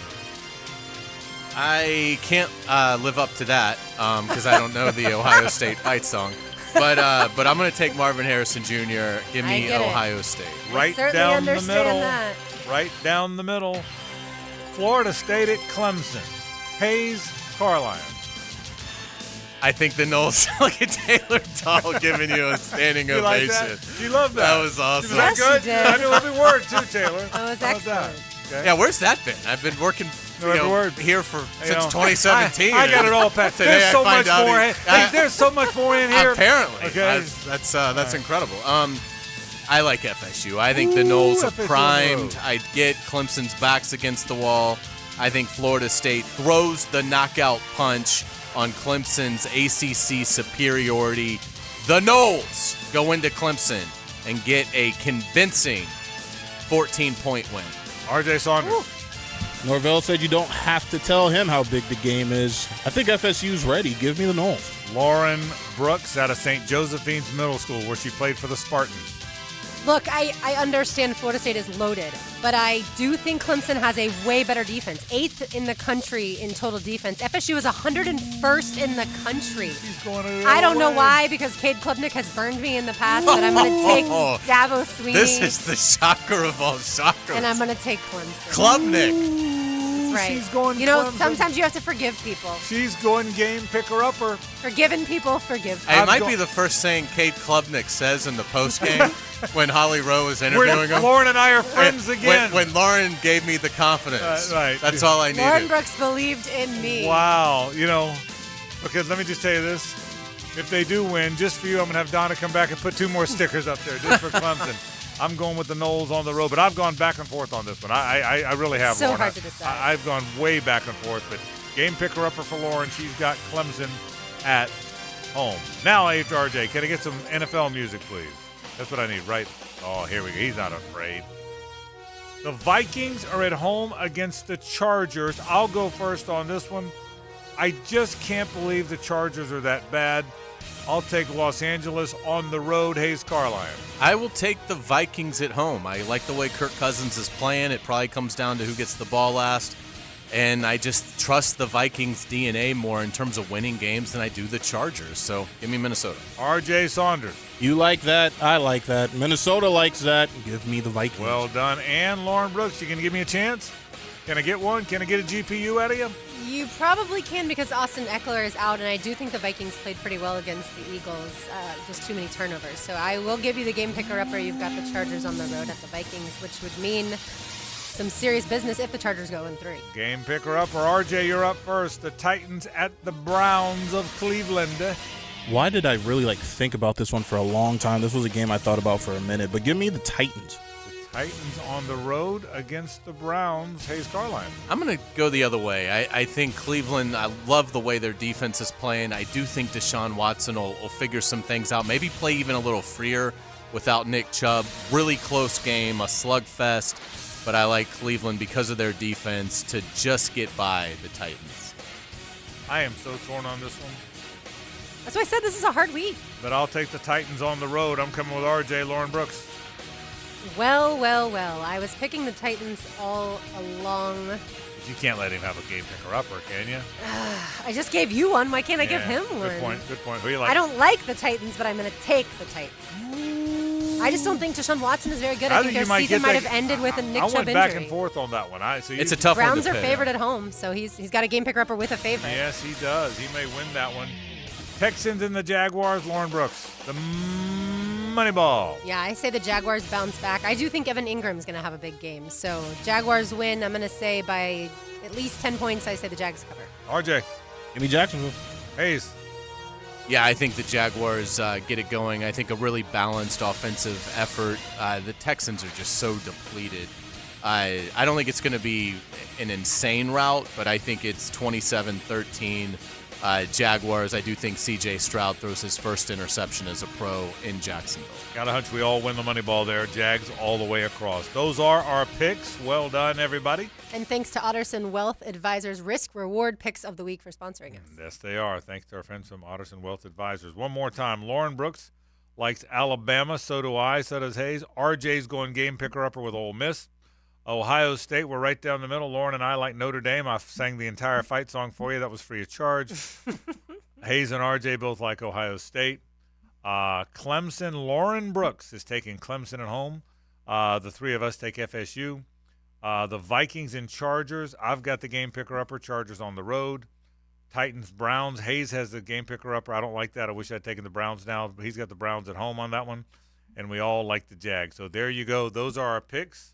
One more time. Hayes has 16 points. RJ 14. Lauren and I are in the cellar with 12 points apiece. Ooh, that's going to be a good one. Hayes, I like your picks. I see why you're in first place. I would And by the way, just so y'all know, I was going Clemson because I was convinced you were all going FSU. I was going Clemson the whole time. No. Mm-hmm. I don't really. I mean, look, I get it. I went back and forth and back and forth. I've gone from Monday thinking Florida State big to getting to Friday, listening a little bit more to the Clemson's going to play the best game they've played in 2 years. But I just think Florida State's got too much talent. So I get it. I mean, that was a coin flip for me. Chargers Vikings is a coin flip. Titans Browns is a coin flip. Right. Really, I mean, Ohio State Notre Dame. We don't really know enough about those teams. I mean, and I like RJ's game picker-upper on Ole Miss because they're going to score 31. Yep. Right. And can Alabama score 31 on anyone? Yeah, if they can only get 17 on USF. But, it's just hard for me to see the Alabama dynasty just crumbling to the ground, which, by the way, it does if they lose Saturday to Ole Miss. Yeah, after a very disappointing start for the new selection committee, I think you bounced back this week, selection committee. These are very good games. It was my fault that the games last week were the way they were. Yeah, I thought you did a lousy job. Because you suggested LSU, Mississippi State, which clearly would have been better. Would have been away. As I said, I'd have been 2-4. Kansas State, Missouri. I'd have been 2-4, which made. And by the way, just so you know, if I go 1-5 again, which I'm capable of, I'm going to rip the selection committee again. By all means. I thought I was going Alabama the whole way. I thought some of y'all might go to Ole Miss, not just RJ. I was going Notre Dame the whole way. Were you too, or no? Did you go back and forth? I've been going Notre Dame the whole way. I've been going. I may be an idiot. I was going and at home. I was going Notre Dame the whole way on that one. FSU. So I was going Bama and Notre Dame the whole way. FSU and Clemson, I've changed, like you said. I've changed 10 times on that one. Vikings, Chargers. To be honest, I just looked at it for the first time today.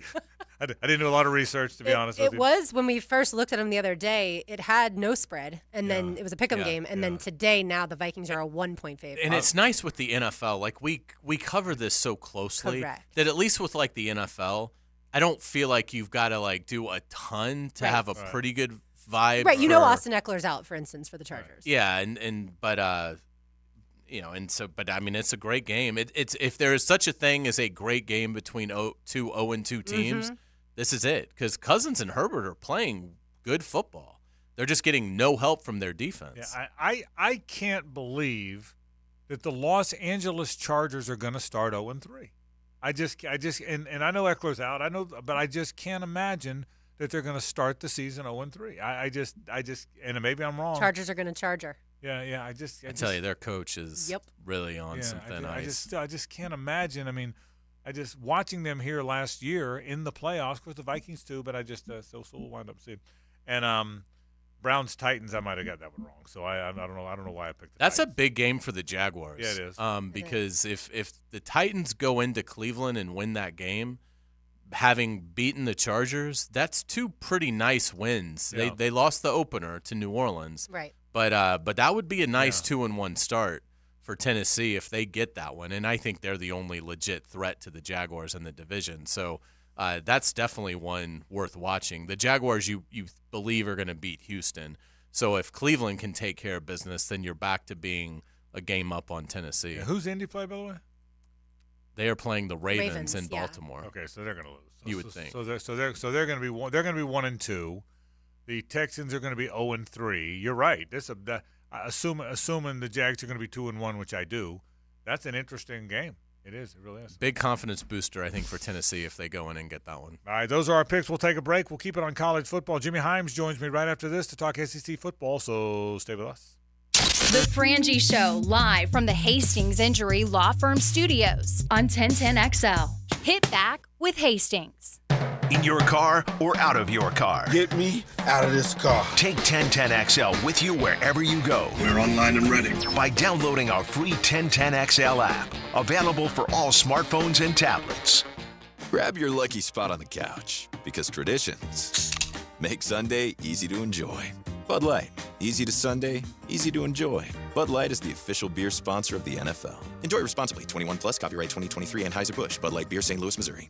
Baloo here for Smoonez Vision. Why Smoonez Vision? Well, I've been with Dr. Neil Smoonez now since I got back to Jacksonville in 2006. 37 years of experience he has. Smoonez Vision is a family organization that focuses on personal high-quality medical and surgical eye care. Dr. Catherine Smoonez is fellowship-trained in cornea and cataract surgery and all refractive surgery. Combined, that's 30 years plus in laser eye surgery. Visit SmoonezVision.com today. Care you can see. For the past 5 years in Jacksonville, J-Dog Junk Removal has been on a mission to put veterans back to work. They have successfully helped over 40 veterans find meaningful employment, and they're not stopping there. Their goal is to reach an astounding 75 veterans employed by the year 2025, all in our local community. J-Dog Junk Removal, veteran-owned, veteran-operated.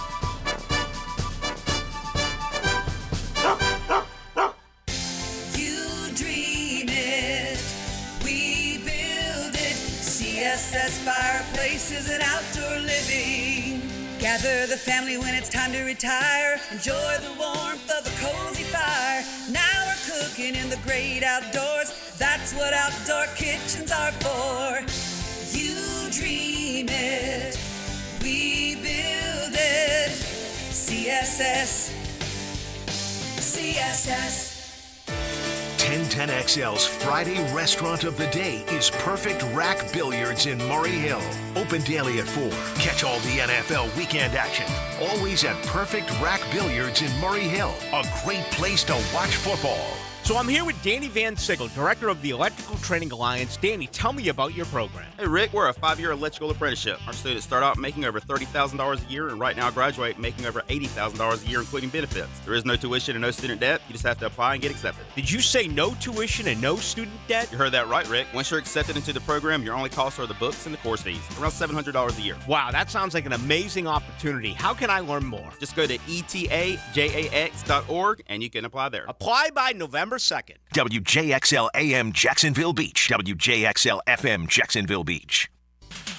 Hey, folks, football is back. So is truck season. That makes sense. Football and truck, you better believe it. Well, with a powerful Chevy Silverado, You can take on anything. Nimnick Chevrolet is proud to be Northeast Florida's Silverado truck headquarters.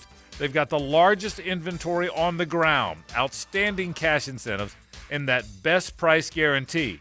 And with nearly 200 Silverados in stock, your perfect truck is waiting for you right now at Nimnick Chevrolet. And this month, by the way, well-qualified buyers can get rates as low as 0% APR financing. That's right, 0% APR, plus a $750 cash allowance and no payments for 90 days. Football's here. That means truck season is here, and the best place to get a truck is at Nimnick Chevrolet. Go get that Silverado right now. That's Nimnick. Your friends in the car business since 1941. Chevy. Find new roads. Legally Blonde is now at the Alhambra Theater for the first time ever, and the ladies from Helmets and Heels will be broadcasting at the Alhambra on Tuesday, October 10th from 6 to 8 p.m. So get the ladies together and get your tickets today at alhambrajacks.com. That's alhambrajacks.com. This is Hayes Carline for Island Wing Company, located on Southside near Tinseltown, and our new location at Bartram Park in St. Johns County. Two great locations offering the ultimate sports bar experience where you can stick to healthy options. Island Wing Company has a wide selection of fryer-free food. The wings are baked, not fried, with so many awesome flavors to choose from. You can also get delicious salmon, tuna, flatbreads, and tacos. With tons of spectacular TVs, dog-friendly patios, and 2 daily happy hours, Island Wings can't be beat. The rainy season is here, and protecting your property from flooding is vital. Duck Duck Rooter is your storm drain maintenance experts. Call us today at 904-862-6769 to schedule your VACCON appointment. That's 904-862-6769. Southeast Orthopedic Specialists is holding their annual Bumps and Bruises clinics every Saturday morning through early November. These injury evaluations are absolutely free and open to every school and athletic program. So see us this Saturday morning at 3 North Florida locations from 9 to 10. The Brooks Center for Sports Therapy inside the YMCA. Preferred Physical Therapy, Fleming Island. And at Atlas Physical Therapy in St. Johns County. Southeast Orthopedic Specialists. If your lawn is not as green as you'd like, it's time to go orange by calling Orange Environmental Services, Jacksonville's highest quality pest control for over 45 years. Frangie here. I've trusted Orange Environmental to take care of our home's pest control needs for years. With the Orange Shield Protection Plan for your home or office, you can relax knowing Orange Environmental will handle pest control, termite control, and mosquito control. Orange Environmental has been giving Northeast Florida peace of mind from bug problems since 1972. Call them today at 272-3284. This is your Southeast Orthopedic Specialist local sports update. I'm Andrew Gibson for 1010XL. This update brought to you by Concierge Capital Management. Our 1010XL High School Football Game of the Week tonight is the first ever meeting between the Bowles Bulldogs and the Oak Leaf Knights. According to Justin Barney from Channel 4, the Bowles football program has not faced a public school team from Clay County since it faced Fleming Island in 2012. In the last 20 years, the Bulldogs are 8-1 against Clay County public schools. E.T. from The Drill will be at the game tonight for Oak Leaf and Bowles. Be sure to check our 1010XL social channels for all the coverage. Bowles at Oak Leaf, kickoff tonight at 7 o'clock on 1010XL. It's 85 degrees at 5 o'clock. Time and temp brought to you by Bueller Air Conditioning. Stay cooler with Bueller. 1010XL is presented by Farah & Farah, the official personal injury law firm of the Jaguars. Protecting you and your family. Call 396-5555. Jacksonville. Let's ring up another guest on the All-Pro Roofing phone line. Time now for Jimmy Himes, talking SEC football, brought to you by Underwood Jewelers. Let's bring in my man Jimmy Himes from the Sports Animal in Knoxville, Tennessee. Jimmy, how you doing, buddy? Frank, I'm doing great. How are you? Did you break 70 or what today? What'd you do? Oh, I didn't play today, but I played yesterday and I shot 76. I was so disappointed in myself. Yeah, I would hate 76. I'd probably quit if I was just shooting 76. So there's that. Jimmy, a lot to get to. Hey, let's start with last week, Florida, Tennessee. I think it surprised us all. I didn't think Florida would beat Tennessee. I thought everything would have to go right for them too. But the truth is they really handled them, Jimmy. How surprised were you the way that game played out? Well, I was surprised. First off, you got Florida that couldn't convert a third down against Utah, 1 out of 13. and they start the game 7 for 8. Tennessee starts the game driving down the field. They take a 7-0 lead, and then the offense got stuck in neutral. Tennessee's offensive line had a bad game. They had 4 false starts. They had 3 holding penalties. And I thought Florida out-coached and out-executed Tennessee. And the thing that Florida did offensively, it seemed like every time they sent somebody in motion or they pulled a lineman or two, they cracked a good run against Tennessee. It was like Tennessee fell for the eye candy and did not adjust to the run game. And then there was some awful tackling by Tennessee. And after the game, the biggest thing, one of the things I heard that I thought, if you're a Tennessee guy, you're really upset with it. Josh Heupel said after the game that part of the tackling was poor fundamentals and lack of effort. Lack of effort? Yeah. Wow. Man, that's pretty strong. So let me ask you about Tennessee. We'll get to Florida in a minute. But let me ask you, here's my take. I think Tennessee's pretty good. I think Florida may be better than people think. But I thought Milton was really erratic. He reminded me of Anthony Richardson, Jimmy. He's big. He can throw it a country mile and outrun people and big and strong. But I thought not just necessarily missing open guys, but maybe missing the moment and not finding the right guy and adjusting. I thought it's just one game, but I thought he was just okay. What did you think? Yeah, I thought he was just okay as well, and just okay doesn't get it in this offense, and it's not going to get it for this season. I actually wrote a blog about this where I don't think his skill set is best suited for Tennessee's offense, for them to function at a maximum level. Because, one, he's not a very good runner. Secondly, he doesn't pass accurately on the run. And third, he's not a quick decision maker. And if you're running an up-tempo offense, you better be that. Hendon Hooker was all of that. Milton's not. Now, does that mean Tennessee can't score 30 in a game? No, they can get 30 in a game now and then. Does it mean they won't win 9 games and average 46 points? Yeah. Yeah, I don't see them doing that. I don't think they can get to 9 wins with Joe Milton at quarterback. So who's next up? What will they do? Who do they have? I don't know. Well, they got a true freshman 5-star named Nico Iamaleava. Oh, that's right. And he's the only other scholarship player they have at quarterback. And based on the folks I've talked to, he's not ready yet. Is there a chance that he'll take over at some point in this season? Yes, if Milton does not perform better than he did. I got fooled by this, Frank. Milton played really well against Clemson in the Orange Bowl, and I thought, okay, he's figured out this system. He's ready to go. Well, he played poorly against Austin Peay. He didn't play very well against Florida either.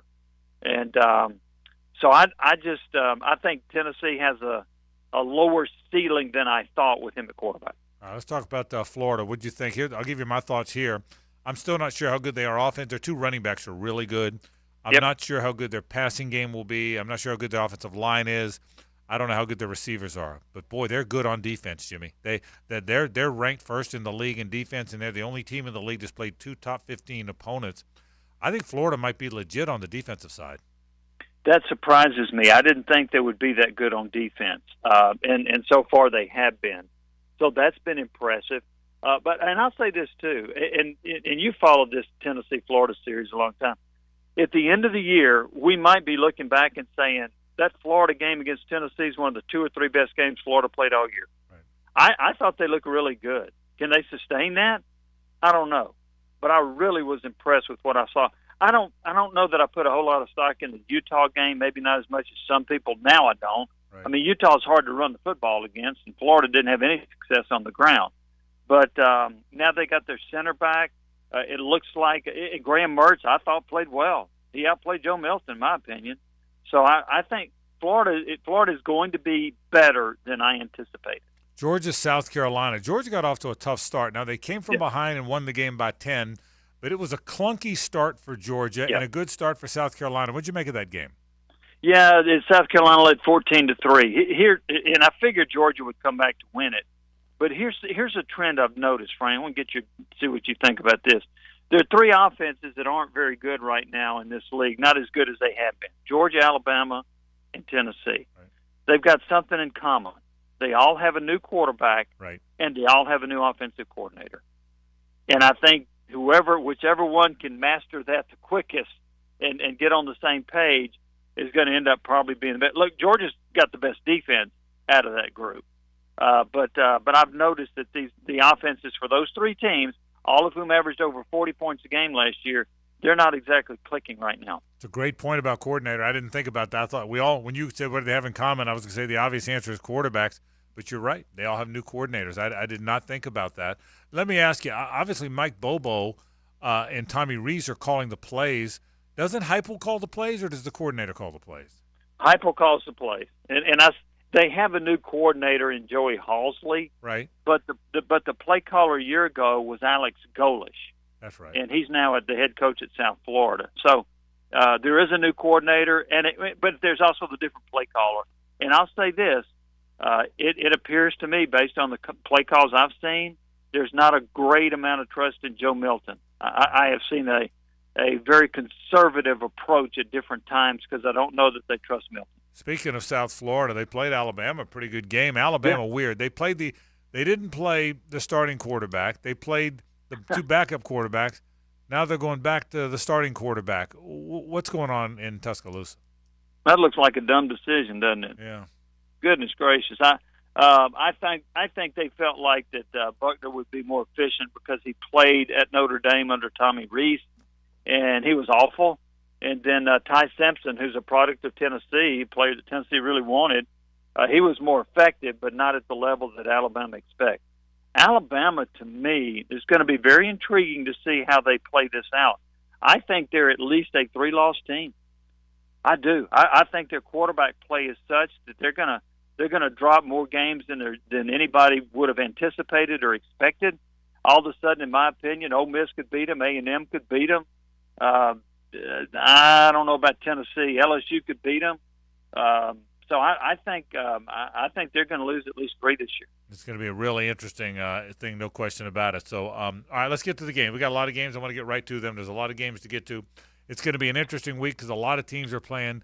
We'll skip the ones that are playing out of league that aren't significant, but there's a lot of teams playing some significant games, including, and I'm going to start with Missouri, even though they're out of the league. They play Memphis. Memphis is not bad. Yeah. Missouri found a way to win on a last-second field goal against Kansas State. Memphis and Missouri, who do you like here in Columbia? I'm going to go with Missouri. I actually picked Kansas State to beat Missouri because Missouri looked awful against Middle Tennessee State. But I saw a pretty good football team beat Kansas State. I think they carried that momentum, and they beat Memphis. Kentucky is on the road at Vanderbilt. I think this is an interesting game. It's a noon game. Kentucky is better than Vanderbilt, and they've been beating them of late, and Kentucky's built its program, and Vanderbilt has not. Yet something tells me Vanderbilt hangs around in this game. Jimmy, how's this thing going to play out? I kind of feel the same way. Vanderbilt's got a nice quarterback in A.J. Swan. They are better than they were a year ago. Kentucky, now if Devin Leary goes off and has a big game and he's capable of that, Kentucky will pull away with the win. I've got Kentucky winning this game, but I don't know what the spread is, but I've got Kentucky by 10. Mississippi State travels to South Carolina. Mississippi State, God rest Mike Leach's soul, and because he made him so much fun. I thought when Zach Arnett got the job, they would do a lot of the same things in the air raid. They've done just the opposite. Even though they have Will Rogers, they've decided to be a 1985 run-it SEC team, and it has not worked out well. LSU buried them. What's going on there, and who wins the game? Well, I think it was a big mistake by Arnett to go away from Leach's offense. I'd have hired somebody that knows how to run it. Right. Will Rogers has been one of the best quarterbacks in the SEC, at least statistically, for about 3 years. And now you've rendered him ineffective. Heck, before the LSU game, he threw 17 passes. Against LSU, he didn't look anything like the quarterback we have seen. I think that's a big mistake by Arnett. Look, and I get that Mississippi State probably could have, should have run the ball a little bit more under Mike Leach, but to totally get away from that, you've rendered Will Rogers ineffective. I like South Carolina by double digits. Yeah, I do too. That's a weird decision. It really, and obviously it was a difficult situation for all of the Mississippi State staff, but it was an odd choice, no question about it. Arkansas travels to Baton Rouge to play LSU. Arkansas got off to a good start, then lost at home to BYU last week. Can they bounce back against the Tigers here? They typically play LSU pretty good. They've upset LSU a few times through the years, but Arkansas, from what I have seen, has no defense. I like LSU 38-28. And Auburn plays at A&M. Now listen, we'll get to Ole Miss, Alabama in a minute. That'll be our last game, but I want to stay on this one for a second. Hugh Freeze is in his first year. Jimbo Fisher is owed $80 million if they fire him. but they really looked bad against Miami. What's going to happen in the game, Jimmy? And beyond that, how much of a dagger would this be for Jimbo if he loses a home game to Auburn and Hugh Freeze? Oh, that would be a huge dagger. That would be, I don't know how many nails go in a coffin, but it would be a lot. Yeah. Here's the thing. Now, Miami scored 48. I don't think Auburn has the quarterback like Tyler Van Dyke that can put up a lot of points on A&M. So I think A&M, and I think Connor Wegman's a good quarterback for the Aggies. I'm going to take A&M 24-20. But to your point, if Auburn goes on the road and beats A&M, I think it's going to be hard for Jimbo Fisher to survive even with an $80 million buyout. Yeah, I think so too. Boy, this would be a dagger for him. I really believe that. Finally, best game of the weekend, Ole Miss and Alabama, 15 versus 13. The game's in Tuscaloosa. Alabama back to Jalen Milroe as their quarterback. Ole Miss is a team that looks good offensively. Ole Miss travels to Tuscaloosa. Game of the week in the SEC. Jimmy, who do you like? This is a hard game for me. In my opinion, Ole Miss has the better quarterback. Jackson Dart, I think, is off to a really good start. They got the better running back if he plays, Quinshon Judkins. Ole Miss's defense is not that good. Alabama's defense hadn't looked all that good either, save for the South Florida game. They didn't look that good against Texas, obviously. I've got Alabama winning it just because I think it's hard for me to see Alabama losing at home. They don't do it very often. I see Alabama 27-23 and Ole Miss having a chance to win it, but not quite getting it done. I see the exact same game. I can't tell myself that Ole Miss is going to go to Tuscaloosa at Bryant-Denny Stadium with Alabama reeling a little bit after already losing to Texas and stumbling around last week. I just can't see it again. I'm like you, Jimmy. We've had it beat into our head too much, is what's happened. You know that we have. And watch for this. Jalen Milroe is going to probably run for 100 yards.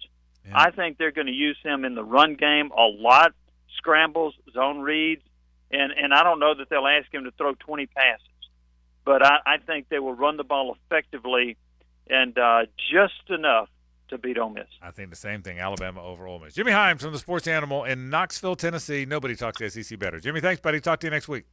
Thank you, Frank. Have a great one. All right, back in a moment. This is 1010XL and 92.5 FM. The Frangie Show, live from the Hastings Injury Law Firm Studios on 1010XL.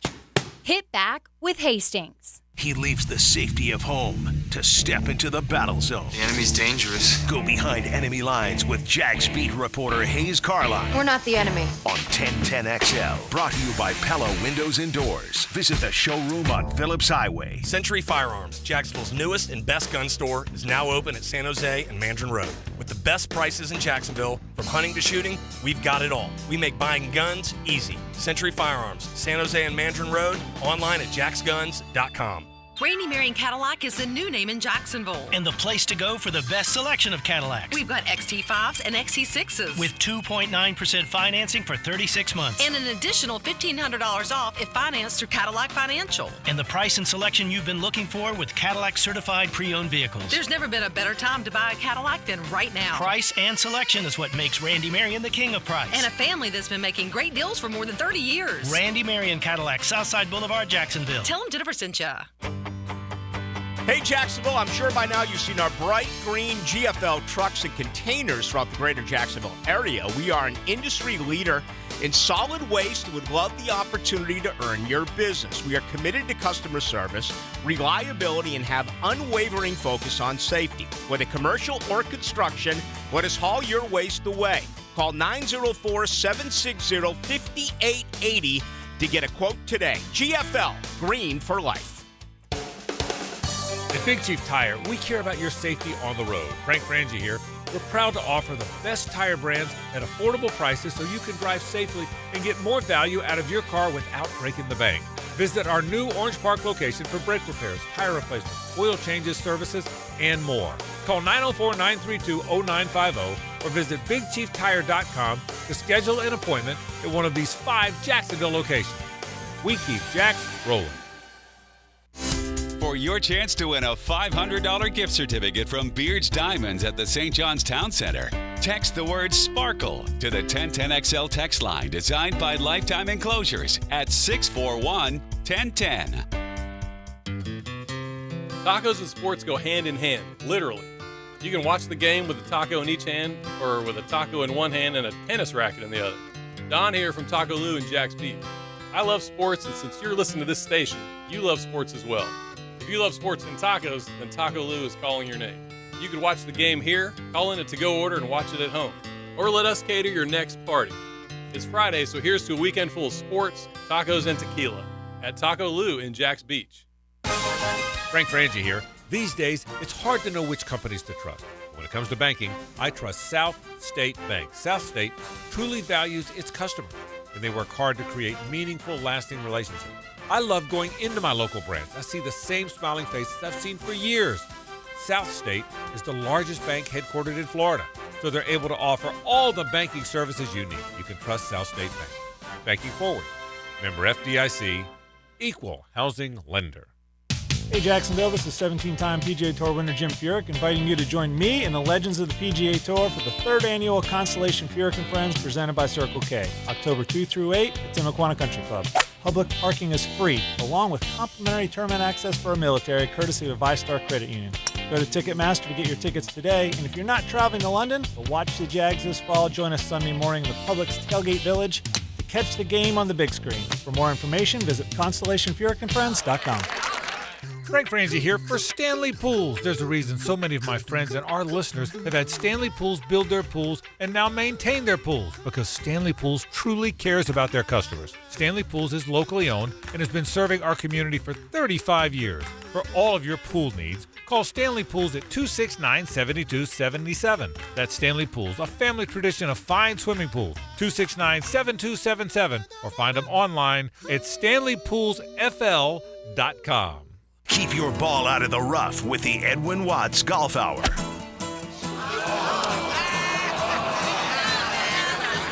Get great golf tips from the experts every Saturday morning at 10. The Edwin Watts Golf Hour on 1010XL. Hey, this is Jason with Bueller Air Conditioning. Why do we love to go to that awesome grocery store where shopping is a pleasure? Why do we choose that amazing chicken sandwich where the service is fast and friendly and it's always their pleasure? You see, those brands are a promise. Here at Bueller Air, our team is committed to serving the customer and delivering that same kind of brand promise. Our mission is to be the most trusted brand with friendly and professional service every single time. Give us a call today or visit BuellerAir.com. Hey sports fans, this is Hayes Carline from MyBookie. If you're a veteran or rookie, you can bet with MyBookie. We're in full swing now for football, so check the updated lines at mybookie.ag and get your bets in to win real cash. Make sure you take advantage of their brand new cash out system, giving you more options to bet and win all season long. If the first 2 legs of your parlay hit, cash out early and use the funds on another bet, or let it ride for the chance at a bigger payday. Join the MyBookie family for an entire season filled with odds boosts, free bets, and super contests. This is the best time of the year to get your bets in and start the football season off with some winners. To get started, go to mybookie.ag now and register for a free account. When you're ready to make your first deposit, just use promo code 1010XL to grab a welcome bonus on the house. You can bet anything, anytime, anywhere, only with MyBookie. Tim Pearson here, founder of Chattanooga Whiskey. Did you know that Chattanooga Whiskey was awarded Craft Producer of the Year by Whiskey Magazine? We spent years perfecting our unique style of bourbon we call Tennessee High Malt. Try a bourbon that's truly best in craft today. Drink Chattanooga Whiskey, enjoy responsibly. 1010XL is presented by Farah & Farah, the official personal injury law firm of the Jaguars, protecting you and your family. Call 396-5555, Jacksonville.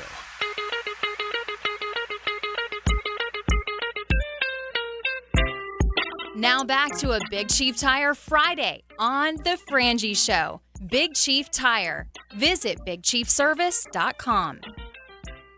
Welcome back to the Frangie Show. As always, we thank our friends at Big Chief Tire. I know one Reed Parman will be going to the game on Sunday, and I'm sure other family members as well. So let's hope the Jaguars deliver him and the rest of Jacksonville a victory. He was telling me, Frank, that last week sitting out there in the sun against the Chiefs, it was a bit warm. It was hot, and one day fans won't have to worry about that. That is very That correct. day is coming. I really believe that. Speaking of heat, it wasn't too bad this morning at the walk-off clinic, but a little warm for the kids. But overall, I thought it went really well. Yeah, it was. It was a smaller clinic. Because you managed lunch. 120, 110, 115, something like that. Right. So I ordered 150 lunches, but was told as soon as I got there that 30 kids from one school weren't able to come. So yeah, probably about 100 then. Yeah, somewhere in probably there. About our clinic, our sweet spot is probably 160. 200, we've had a lot of those. They're a little harder to manage. We do them because the more kids we can serve, the better. But 160, 170 is kind of the sweet spot for these clinics. We had about 100 today. But it was a great first clinic of our year. It was fantastic. And I really want to shout out to the baseball programs at JU, UNF, and FSCJ. And Edward Waters wasn't there today, but they've always been really good too. But today, we probably had, I would say, an average of 8 to 10 players from each school. Would you say that? I would say 8 to probably. Today it seemed like we had the most amount of college students that we've ever had. Yeah, and good college players all came out from JU, UNF, and FSCJ, and they came out and they certainly were really good to help us, and we appreciate that. The coaches from those schools as well. And the kids loved it, and it was our first clinic of the year. And again, it still gets me excited to see little kids who've never played baseball, who don't know what hand to put the glove on. We always say, "What hand do you write with?" And that kind of starts. And they a lot of them don't understand that the glove goes on the hand you don't throw with. I mean, think about it. Stuff we would take for granted. If you're a little kid that's never played baseball and you see this glove, you don't know that you don't use the glove to throw. You use it to catch. And those are things that we have to explain. And really, there is that. They don't know if they're left-handed or right-handed often. They don't know how to use the glove. And by the time they leave there, when Coach Lee Geiger, the head coach at Inglewood, has showed them how to position for those ground balls enough times, they know how to do it. And so many of the other great coaches we have as well. So it was really a great clinic. It was a fun clinic. It was a really enjoyable day today. I will tell you, woke up and it was rumbling, man. I woke up at about 6:45. Walked outside, and it was. I mean, I thought we had no chance. It wasn't raining, but it was black overhead. It was pouring at the beach. Was it? There was like a very small cell, Yeah. and if you were under the cell, it was, pouring. It rained. And then I heard thunder, and I was like, uh-oh, but I knew it was going to pass. What about pretty quickly. Nocatee, Florida? Was it? It was bad for us, like in the middle of the night. Like it was one of those nights where like 4 or 5 a.m. thunder, is sort of, rattling everything. It was a pretty substantial storm. Avery and Jackson slept through it, which I was shocked by. But it woke me up, and I'm a deep sleeper. Yeah. And but once I was up, to walk the dogs and get them to school and everything, it wasn't bad. Yeah, it turned out to be a beautiful day. I always ask the kids as they walk through the lunch line, did you have fun today? And one little kid goes, I won.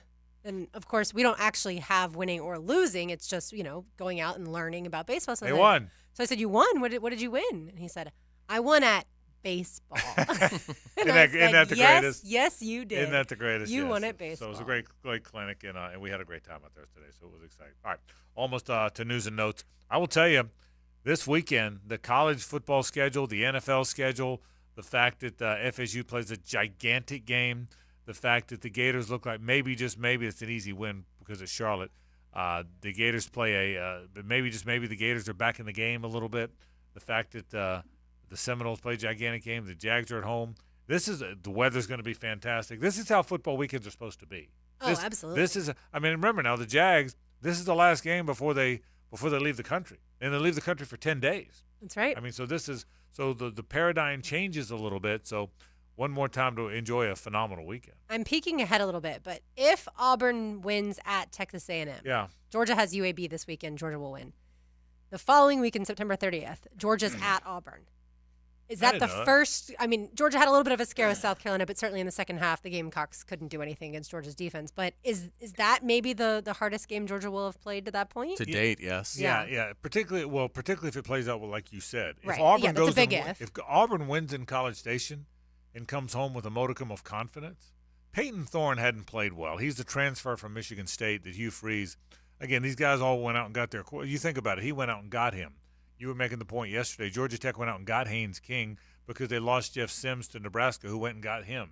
So if you look at all, who's the guy? Is it Tanner Mordecai that went to Wisconsin from Stanford because Mertz went to Florida? I mean, there's this musical chairs, right, of quarterbacking. Oh, yeah, that's exactly what it is. Yeah. So it'll be interesting to see. But yes, to your point, if Auburn, I don't think Auburn's going to beat Georgia next week, no matter what happens this week. Gotcha. But I do think if Auburn wins at Texas A&M, that makes that an awfully fun game. Well, Hugh Freeze likes to use Robbie Ashford, the other quarterback, as the running threat. And so I don't know. I'm trying to think through who Tennessee has played. Yeah, they wouldn't have really faced any Georgia. Yes, thank you. I don't know where Tennessee came from. Yeah, right. I don't think, because I guess they played UT Martin to start. I don't think Georgia's faced anything like that, so maybe a little bit of trickery from Hugh Freeze might confuse them a little bit, but I'm with you. I don't know that Georgia can lose that. I do think Georgia needs to. I do think this. I do think Georgia. I know they play a somewhat easy schedule, but at some point they got to find. You got to find. You do play Auburn. You do play Florida. You do play Tennessee. At some point you got to kind of find yourself and find that rhythm. Now I think they will, but it's about time to find. It's about time for Georgia to find that rhythm. UAB's not a very good football team. It's about time to find it. So we'll see. By the way, did you know that do you know who the head coach of Charlotte is? Do you know his name? Biff Poggi. Okay. Do you know who it is? Mm-hmm. Do you know his story? It's Biff Poggi, I think. Do you know his story? Yeah, he was McFly's boss. I knew you were going to say that. You can say he's Back to the Future guy. This guy is a billionaire. Did you know that? I did not. He's a billionaire with a B. I did not know that either. I mean, he's a head football. Think about that for a second. He's a head football coach in college football. I mean, there's not that many billionaires. I mean, there's a lot of millionaires and multimillionaires. All coaches are millionaires. He's a billionaire with a B. There's a handful of those. There's like 3,000 of those in our country. Isn't that think about that for a second? What's the backstory? He's a crazy. So if I understand like hedge funds. Understand the story. He made a cajillion dollars as a hedge fund manager, got in a lot of deals that went great, but wanted to coach football. So he coached this legendary high school team in Baltimore, and made them like the greatest high school program of all time. And so Harbaugh loved him. So Harbaugh hires him to be an assistant at Michigan while he's a billionaire. And so he's a really good assistant coach at Michigan, and Charlotte hires him to run the program. I mean, I've never Was heard. he the subject of that documentary? There was a documentary about St. Francis or something. Yes, okay. St. Francis is the school. I think it was something like that. That's interesting. But think about that for a second. He played for Spurrier. I don't know. Is that right? That part of the story I didn't know. Yeah, he transferred to Duke, where Spurrier was the offensive coordinator. Okay. All I knew was how many coaches are billionaires with a B, and he's coaching college football because he loves coaching. Deion Sanders is probably getting close, but that's the only one. Yeah, I mean, think about that. It's an amazing story. It is an amazing story. He's the coach of Charlotte, and he made all the money in the hedge fund business. Went to Baltimore to coach this private school team. Yeah, St. Francis Academy, where he and his wife personally funded scholarships for 85 players. I mean, it's amazing. So this story's wild. Then he goes to Harbaugh. Then he goes to Michigan, coaches under Harbaugh, and gets the head job at Charlotte. I wonder if they're even paying him. I keep your money. Right. I've got $1 billion. They pay him $1 million. Huh? They pay him $1 million. I mean, he's got to give it away. He's a billionaire. By the way, just let me put this in perspective for you. There's Major League Baseball owners who are not billionaires. Did you know of the 30 owners? There's including the Pirates guy, but he's not. But there's Major League Baseball owners that are not billionaires. So is Charlotte the next sleeping giant in college football with NIL? Well, certainly NIL's not going to be a problem. But aren't all baseball teams worth $1 billion? They have to be. The teams are, but okay. But the guys. My point is, you may have debt or whatever. Yeah. But the point is, he's got more money than some professional sports owners. That's the point. I mean, think about that for a second. That's amazing. Yeah. So. How about that? That's great. Well done. Yeah, very well done. What he probably and I just don't buy the ref tomorrow. Yeah. Listen. Keep it fair. Keep it fair. Hey, I need a false start there. Yeah. Well, I mean, listen, I'm not going to pay. I'm not giving you 10,000. I'm giving you a couple $100 million. Okay. So, anyway, so we kid. Let's take a break. We'll wrap the program with news and notes. The Frangie Show, live from the Hastings Injury Law Firm Studios on 1010XL. Hit back with Hastings. This is Brent Musburger's Action Update, brought to you by Duck Duck Rooter Plumbing, Septic, and Air Conditioning. proud partner of the Jacksonville Jaguars. Now, here are the latest lines from my guys in the desert. A top 10 matchup in college football on Saturday in South Bend as number 9 Notre Dame takes on number 6 Ohio State. Notre Dame with a 4-0 record, the Buckeyes at 3-0. Ohio State a 3.5-point favorite on the road, minus 164 on the money line. The Irish plus 136. The over/under at 55.5. Alabama will be home on Saturday as they take on Ole Miss. Alabama favored by 7 points at home, minus 260 on the money line. Ole Miss plus 210. The over/under at Bryant-Denny Stadium, 55.5. This update brought to you by Duck Duck Rooter Plumbing, Septic and Air Conditioning, a proud partner of the Jacksonville Jaguars. I'm Tony Desiri with your VSiN Action Update on 1010 XL. Attention homeowners, is it time to get your septic tank pumped out? Don't wait until it's too late. At Duck Duck Rooter Plumbing and Septic, our experienced technicians use the latest equipment to pump out your tank safely and efficiently, ensuring that your septic system is running smoothly. Neglecting your septic tank can lead to costly repairs and even health hazards. So call Duck Duck Rooter and schedule your septic tank pumping. Call now, 904-862-6769 or online at duckduckrooter.com. Duck Duck Rooter is a proud partner of the Jacksonville Jaguars. Time now for a medical recap. A health and wellness tip from Jaguars head team physician Dr. Kevin Kaplan. Regular movement is key to so many health benefits. Aim for at least 10,000 steps a day. Decide to only take the stairs if you're walking less than 6th floor. Never park in the first 10 spaces of the parking lot. Walk during your work breaks. Get up 10 minutes earlier in the morning and take a short, brisk walk before the chaos of the day starts. There are so many easy ways to stay active.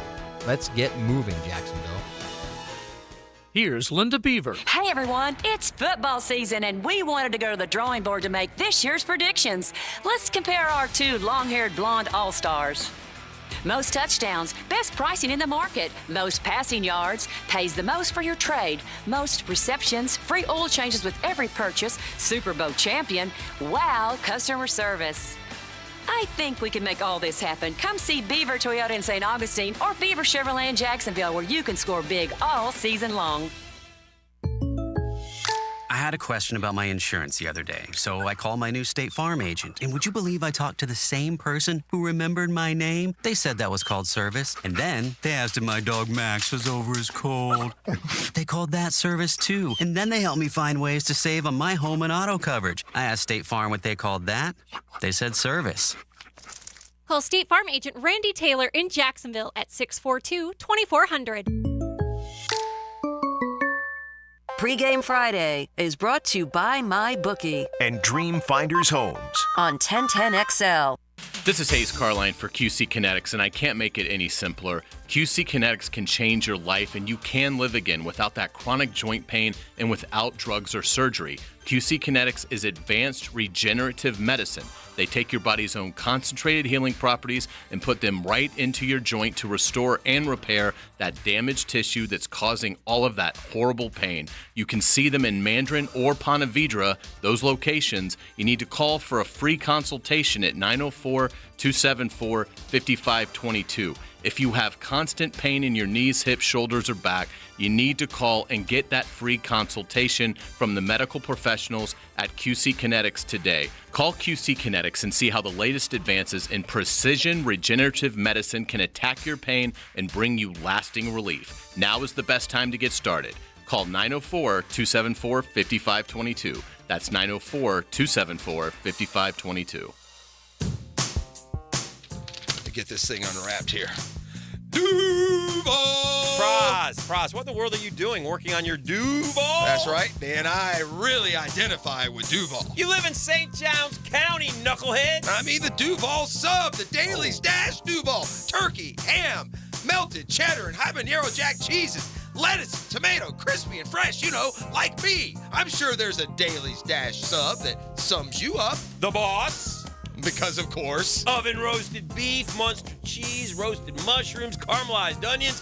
It's the boss of all subs. Only available for me. That's just not true. What do you mean? I walked in the other day, screamed, "You know it!" and said, "A boss for a boss." Well, no matter who you are, there is a Dailies Dash sandwich or sub for you. Go find yours. They may even make you a boss. I'm sure they will, because it is Dailies Dash. Where more is better. And you got that right.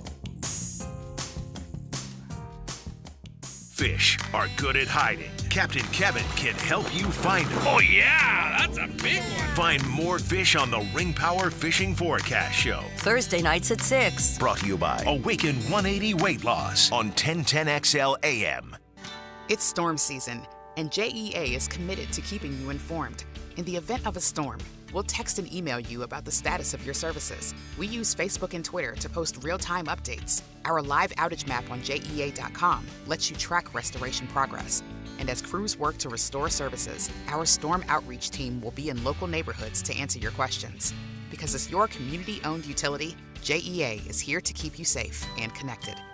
Your community, your utility. Follow every Gators game on 1010XL. Brought to you by Renewal by Anderson Windows and Doors, the official window and door replacement company of the Jacksonville Jaguars. And Farah, the official personal injury law firm of the Jaguars. What? They did not tell me they were going to do that. I need a new bank. Well, actually, One-to-One Financial doesn't do the usual bank surprises because we're not a bank. We're a credit union. And that means lower loan interest, things like free checking and member rewards, and of course, total investment back into our community. I'm sold. Find a better way to bank than big banks with One-to-One Financial, Jacksonville's hometown credit union. Visit 121fcu.org for more information on opening an account today. Federally insured by NCUA. Brackish Vodka, a proud partner of the Jacksonville Jaguars, is the smoothest local vodka you can find. Made right here in Jacksonville, Florida, 100% from corn, Brackish Vodka is the local gluten-free choice. Brackish Vodka, for those that live life slightly salty, a proud partner of the Jaguars. Now you can pair Brackish with your favorite fine cigar at Goodfellas Cigar Lounge. Come by and see why membership has its perks. This is Dr. Kevin Kaplan, head team physician for your Jacksonville Jaguars. Here's the latest update on the Jags, brought to you by Baptist Health and JOI. The Friday injury report is out. The official statuses look like this. 3 Texan starters are out on defense. Middle linebacker Denzel Perryman, the former Miami Hurricane, out with a wrist injury. Safety Jalen Petrie is out with a chest injury. Petrie had 5 interceptions as a rookie last year. Derek Stingley Jr. out with a hamstring injury he suffered in practice this week. The 3rd overall pick in the 22 draft out of LSU is out of the ballgame. Laramie Tunsil, that's a name you know, questionable for the game against the Jags with a knee injury. As far as the Jags go, Zay Jones is out with that knee injury, did not practice all this week. Antonio Johnson, the rookie safety out of Texas A&M, is out of the ballgame with a hamstring injury.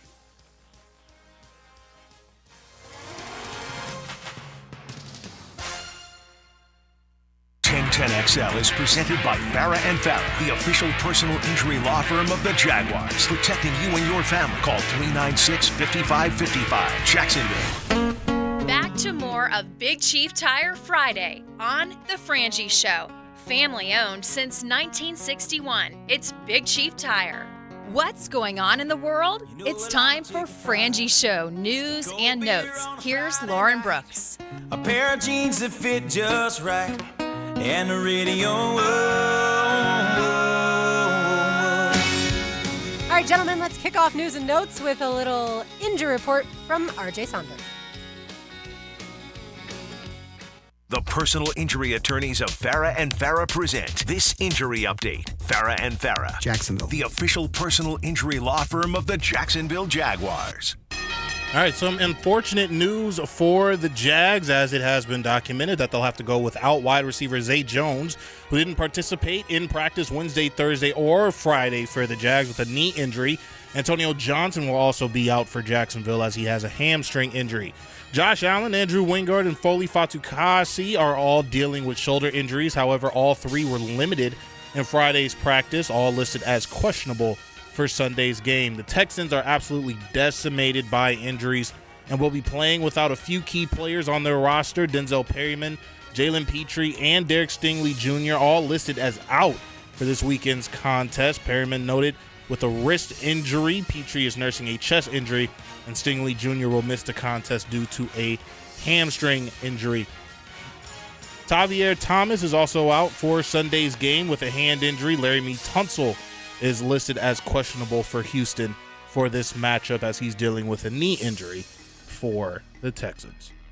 Well done, RJ. Frank, what will you be watching this weekend? Yeah, it's a Best Bet What to Watch, brought to you by our friends at the Best Bet. $400 no-limit Hold'em, $100,000 guarantee with 5 flights to the Best Bet Jacksonville. That's goes up, going on right now all the way through the 24th. All kind of fun stuff always going on at the Best Bet. 3 locations in town, St. Augustine, Monument Road, and in Orange Park. Look, I can't wait to watch the Jags. I can't wait to call the Jags. Jags are always first and foremost around here. But I think the what to watch this weekend is FSU Clemson. I think that's the number one watcher if you don't have one team of note. I think it's one of the most important ACC games in a long time. The 2 real Titans, the 2 real Goliaths, the only 2 Goliaths that football conference has had in my lifetime is Florida State and Clemson, and they play each other to see who gets the throne for now. I can't wait to watch it. It's at noon tomorrow. Well done. All right, a couple stats from last night's game. The Giants at the 49ers. Of course, the 49ers won. The Giants had 150 total yards of offense. The 49ers' yards after the catch total was 201 yards. Yeah, the 49ers are really good, by the way. We knew they were. The 49ers, if Brock Purdy's pretty good, and I think he is pretty good, boy, they have a good team. They have a tough, fast, physical, well-coached team. Brock Purdy's kind of the Graham Mertz of the NFL right now. He's just efficient, and he's not getting a beat. That's right. Speaking of Brock Purdy, the salaries for the starting quarterbacks last night. Brock Purdy, $780,000. Daniel Jones, $46 million. Isn't that amazing? And I think this is the last year Daniel Jones is going to be making that money. Think of that. Think of the number she just read out. Oh, it's incredible. 40+ million versus less than $1 million, and the winner had less than $1 million. You got that right. McCaffrey did indeed tie Jerry Rice's record with touchdowns in 12 consecutive games. And he has the chance to break the record next week when the 49ers play host to the Arizona Cardinals. You think he's going to break it? And by the way, it's Jerry Rice's record. No. Okay? It's not Raheem Mostert's record. Right. It's Jerry Rice's record. It's got to be it's got to be 26 years old probably. At least. When you think? Jerry Rice. Jerry Rice. There's some people I said 1987. Yeah. So it'd be longer. Oh, it than was that? in 87. Is that right? I remember reading it the other day. Yeah. So, but think about it. Jerry Rice is, without an argument, the best. That's 36 years. Yeah. That's Jerry Rice is generally regarded, without exception, the best. 1987. The best receiver in football Yes. in NFL history. Correct. He's also regarded by some as the best player in NFL history. Absolutely. He's that great a player. And by the way, the Cardinals, who the 49ers take on next, they are winless and they've given up 51 points through 2 weeks. So, yes, the record should be broken. If you were watching last night, you might not have recognized Andrew Luck as he showed up to the Amazon Prime set as Captain Andrew Luck, complete with Civil War era uniform, Hayes. It was fantastic.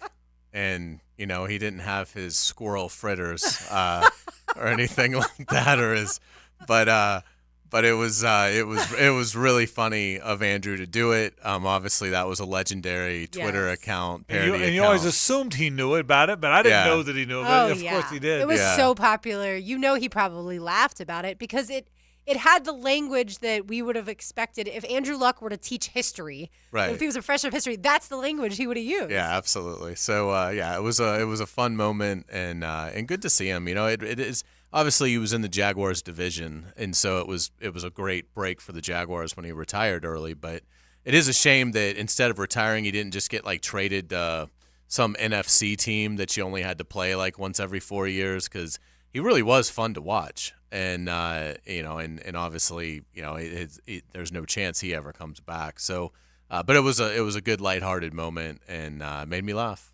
It made me laugh as well. One baseball note before we do the takeaways from today's show. Frank, I'm sure you saw this. The Rays are calling up top infield prospect Junior Caminero. He has been hitting like crazy in Double-A. I'm finding, 324 in Double-A. 94 ribbies in 117 games, 31 home runs. So I feel like this is the Rays' last-ditch effort before the playoffs. They're a game and a half back of the Orioles. I did not see it, so I didn't know. Oh, okay. But I won't pretend to know who he is, but here's what I'll tell you.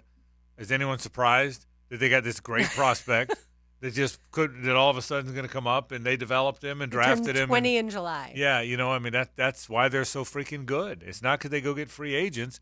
It's because they're the best team in in decades at drafting and developing and really good baseball players. So I didn't know, but my goodness, I'm not surprised. It's just interesting because you don't see teams do that this late in the Yeah. season usually, but obviously they have to be all in with Wander Franco having to leave the team. And Now, is he eligible?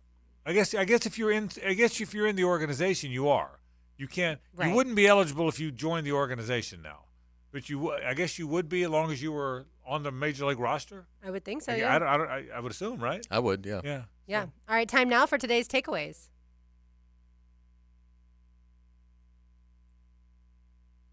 Now, today's takeaways, brought to you by Key Buick GMC, where our family dealership has been helping families buy vehicles for over 50 years. My takeaway is no Zay Jones for Sunday's game, but I don't think it should matter because Houston's attrition is even more severe.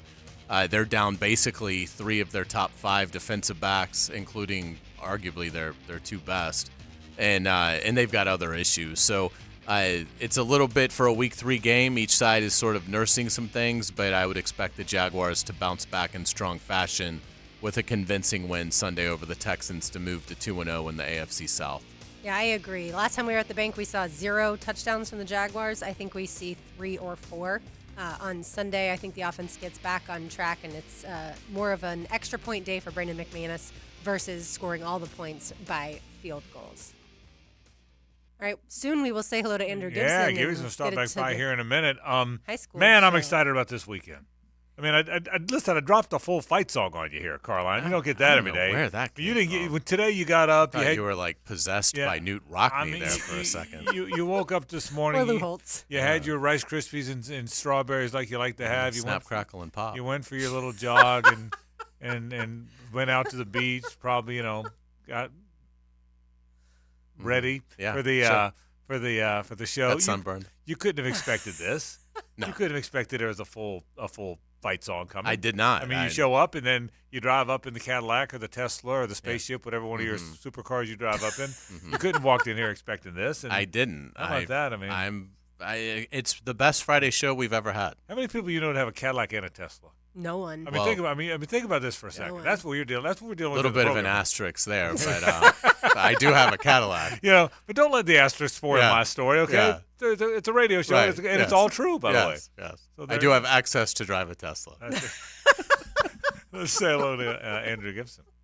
Now, the 2-minute drill, brought to you by Tire Outlet, keeping 1010XL talking with wholesale prices and premium service. Tire Outlet, Jacksonville's largest locally owned automotive repair shop. Andrew Gibson's here. What's up, Gibby? How we doing? Happy Man, Friday. I'm excited. Big games tonight, huh? Big games tonight. Is the big game in St. Aug? Is that the big one? Yeah, St. Augustine, Bartram Trail. Hayes, you covered a few of those. Oh, yeah. That's a big-time rivalry. Yeah, huge rivalry. So, and both teams are really good. St. Augustine's got the Wake Forest commit at quarterback. Bartram Trail just keeps on rolling. Coach John's taken over for Daryl Sutherland there, who's been there for 20-plus years, the whole time the school had existed. And so Bartram St. August tonight at 7 o'clock. You got Mandarin Creekside's a huge game. Mandarin might be the hottest team in Jacksonville. Creekside has got a tremendous offense. Hacker's going to join me for a segment tonight. We're only going 6 to 7 tonight because both games on the air tonight start at 7. Bowles Oakleaf, from what I'm told, first ever meeting between Bowles and Oakleaf. This one's in Orange Park tonight, so pretty cool to see that matchup. That's at 7 o'clock on 1010 a.m. And then on the FM, Bishop Kenny's at home tonight against West Nassau. So we'll have all the pregame for you 6 to 7 leading up to both those broadcasts. Update me on Bowles and Kenny football. I know Bowles got off this tough start, but bounced back a little bit. Bowles beat Trinity last week. Huge win, their first of the season. Bounce back. Really good bounce back. Bishop Kenny lost last week on the road in Orlando to Bishop Moore. But I think Kenny's probably got a good bounce-back opportunity tonight against West Nassau. Young program, first-year head coach. Bishop Kenny's got a really good team, but last week a tough one against a pretty good Bishop Moore team from Orlando. And look, anytime you have to go on the road to a place like Orlando, it's going to be tough for a high school football team. But both teams, coming off some tough games, but Bowles battled to the end, able to throw a touchdown pass and score with the last minute to go against Trinity Christian last week. DJ Moore, the quarterback for Bowles that's going to Coastal Carolina, had a big performance. And so Bowles, finally getting that monkey off their back, winning their first game. Now they go to Oakleaf. Oakleaf is 2-0 to start the year. All right, so there you go. And you'll be on the air until then and then right after then. That's correct. Hacker and I will have the post game tonight as well, and we'll talk to all the winning coaches from week 5. It's going quick. How long do you go tonight? What time will you be off the air? So probably 11:30. Okay. Something like that. So your day started about noon and ends about midnight. That's right. Very good. But You're it's hard fun. worker. Hey, it's football season. We love it. Thanks, Gib. Appreciate it. Thanks, Andrew guys. Gibson tonight. Folks, that'll do it for our program. But don't go anywhere. You just heard Gibby. He's going to have all that high school action coming up for you. Oh, we got a big weekend in sports. You kidding me? Let's go. Is that your Clemson orange or is that Gator orange? What do you think? Well, that's why I asked. What do you think? I think it's Clemson orange. I think it's the same color orange for both programs. It's sure as heck not Tennessee orange. Let's put it that way. That'll do it for our program. Have a great week, everybody. We will see you next week. Don't go anywhere now. Gibby's got all that high school talk coming up right now. This is 1010XL and 92.5 FM. So long.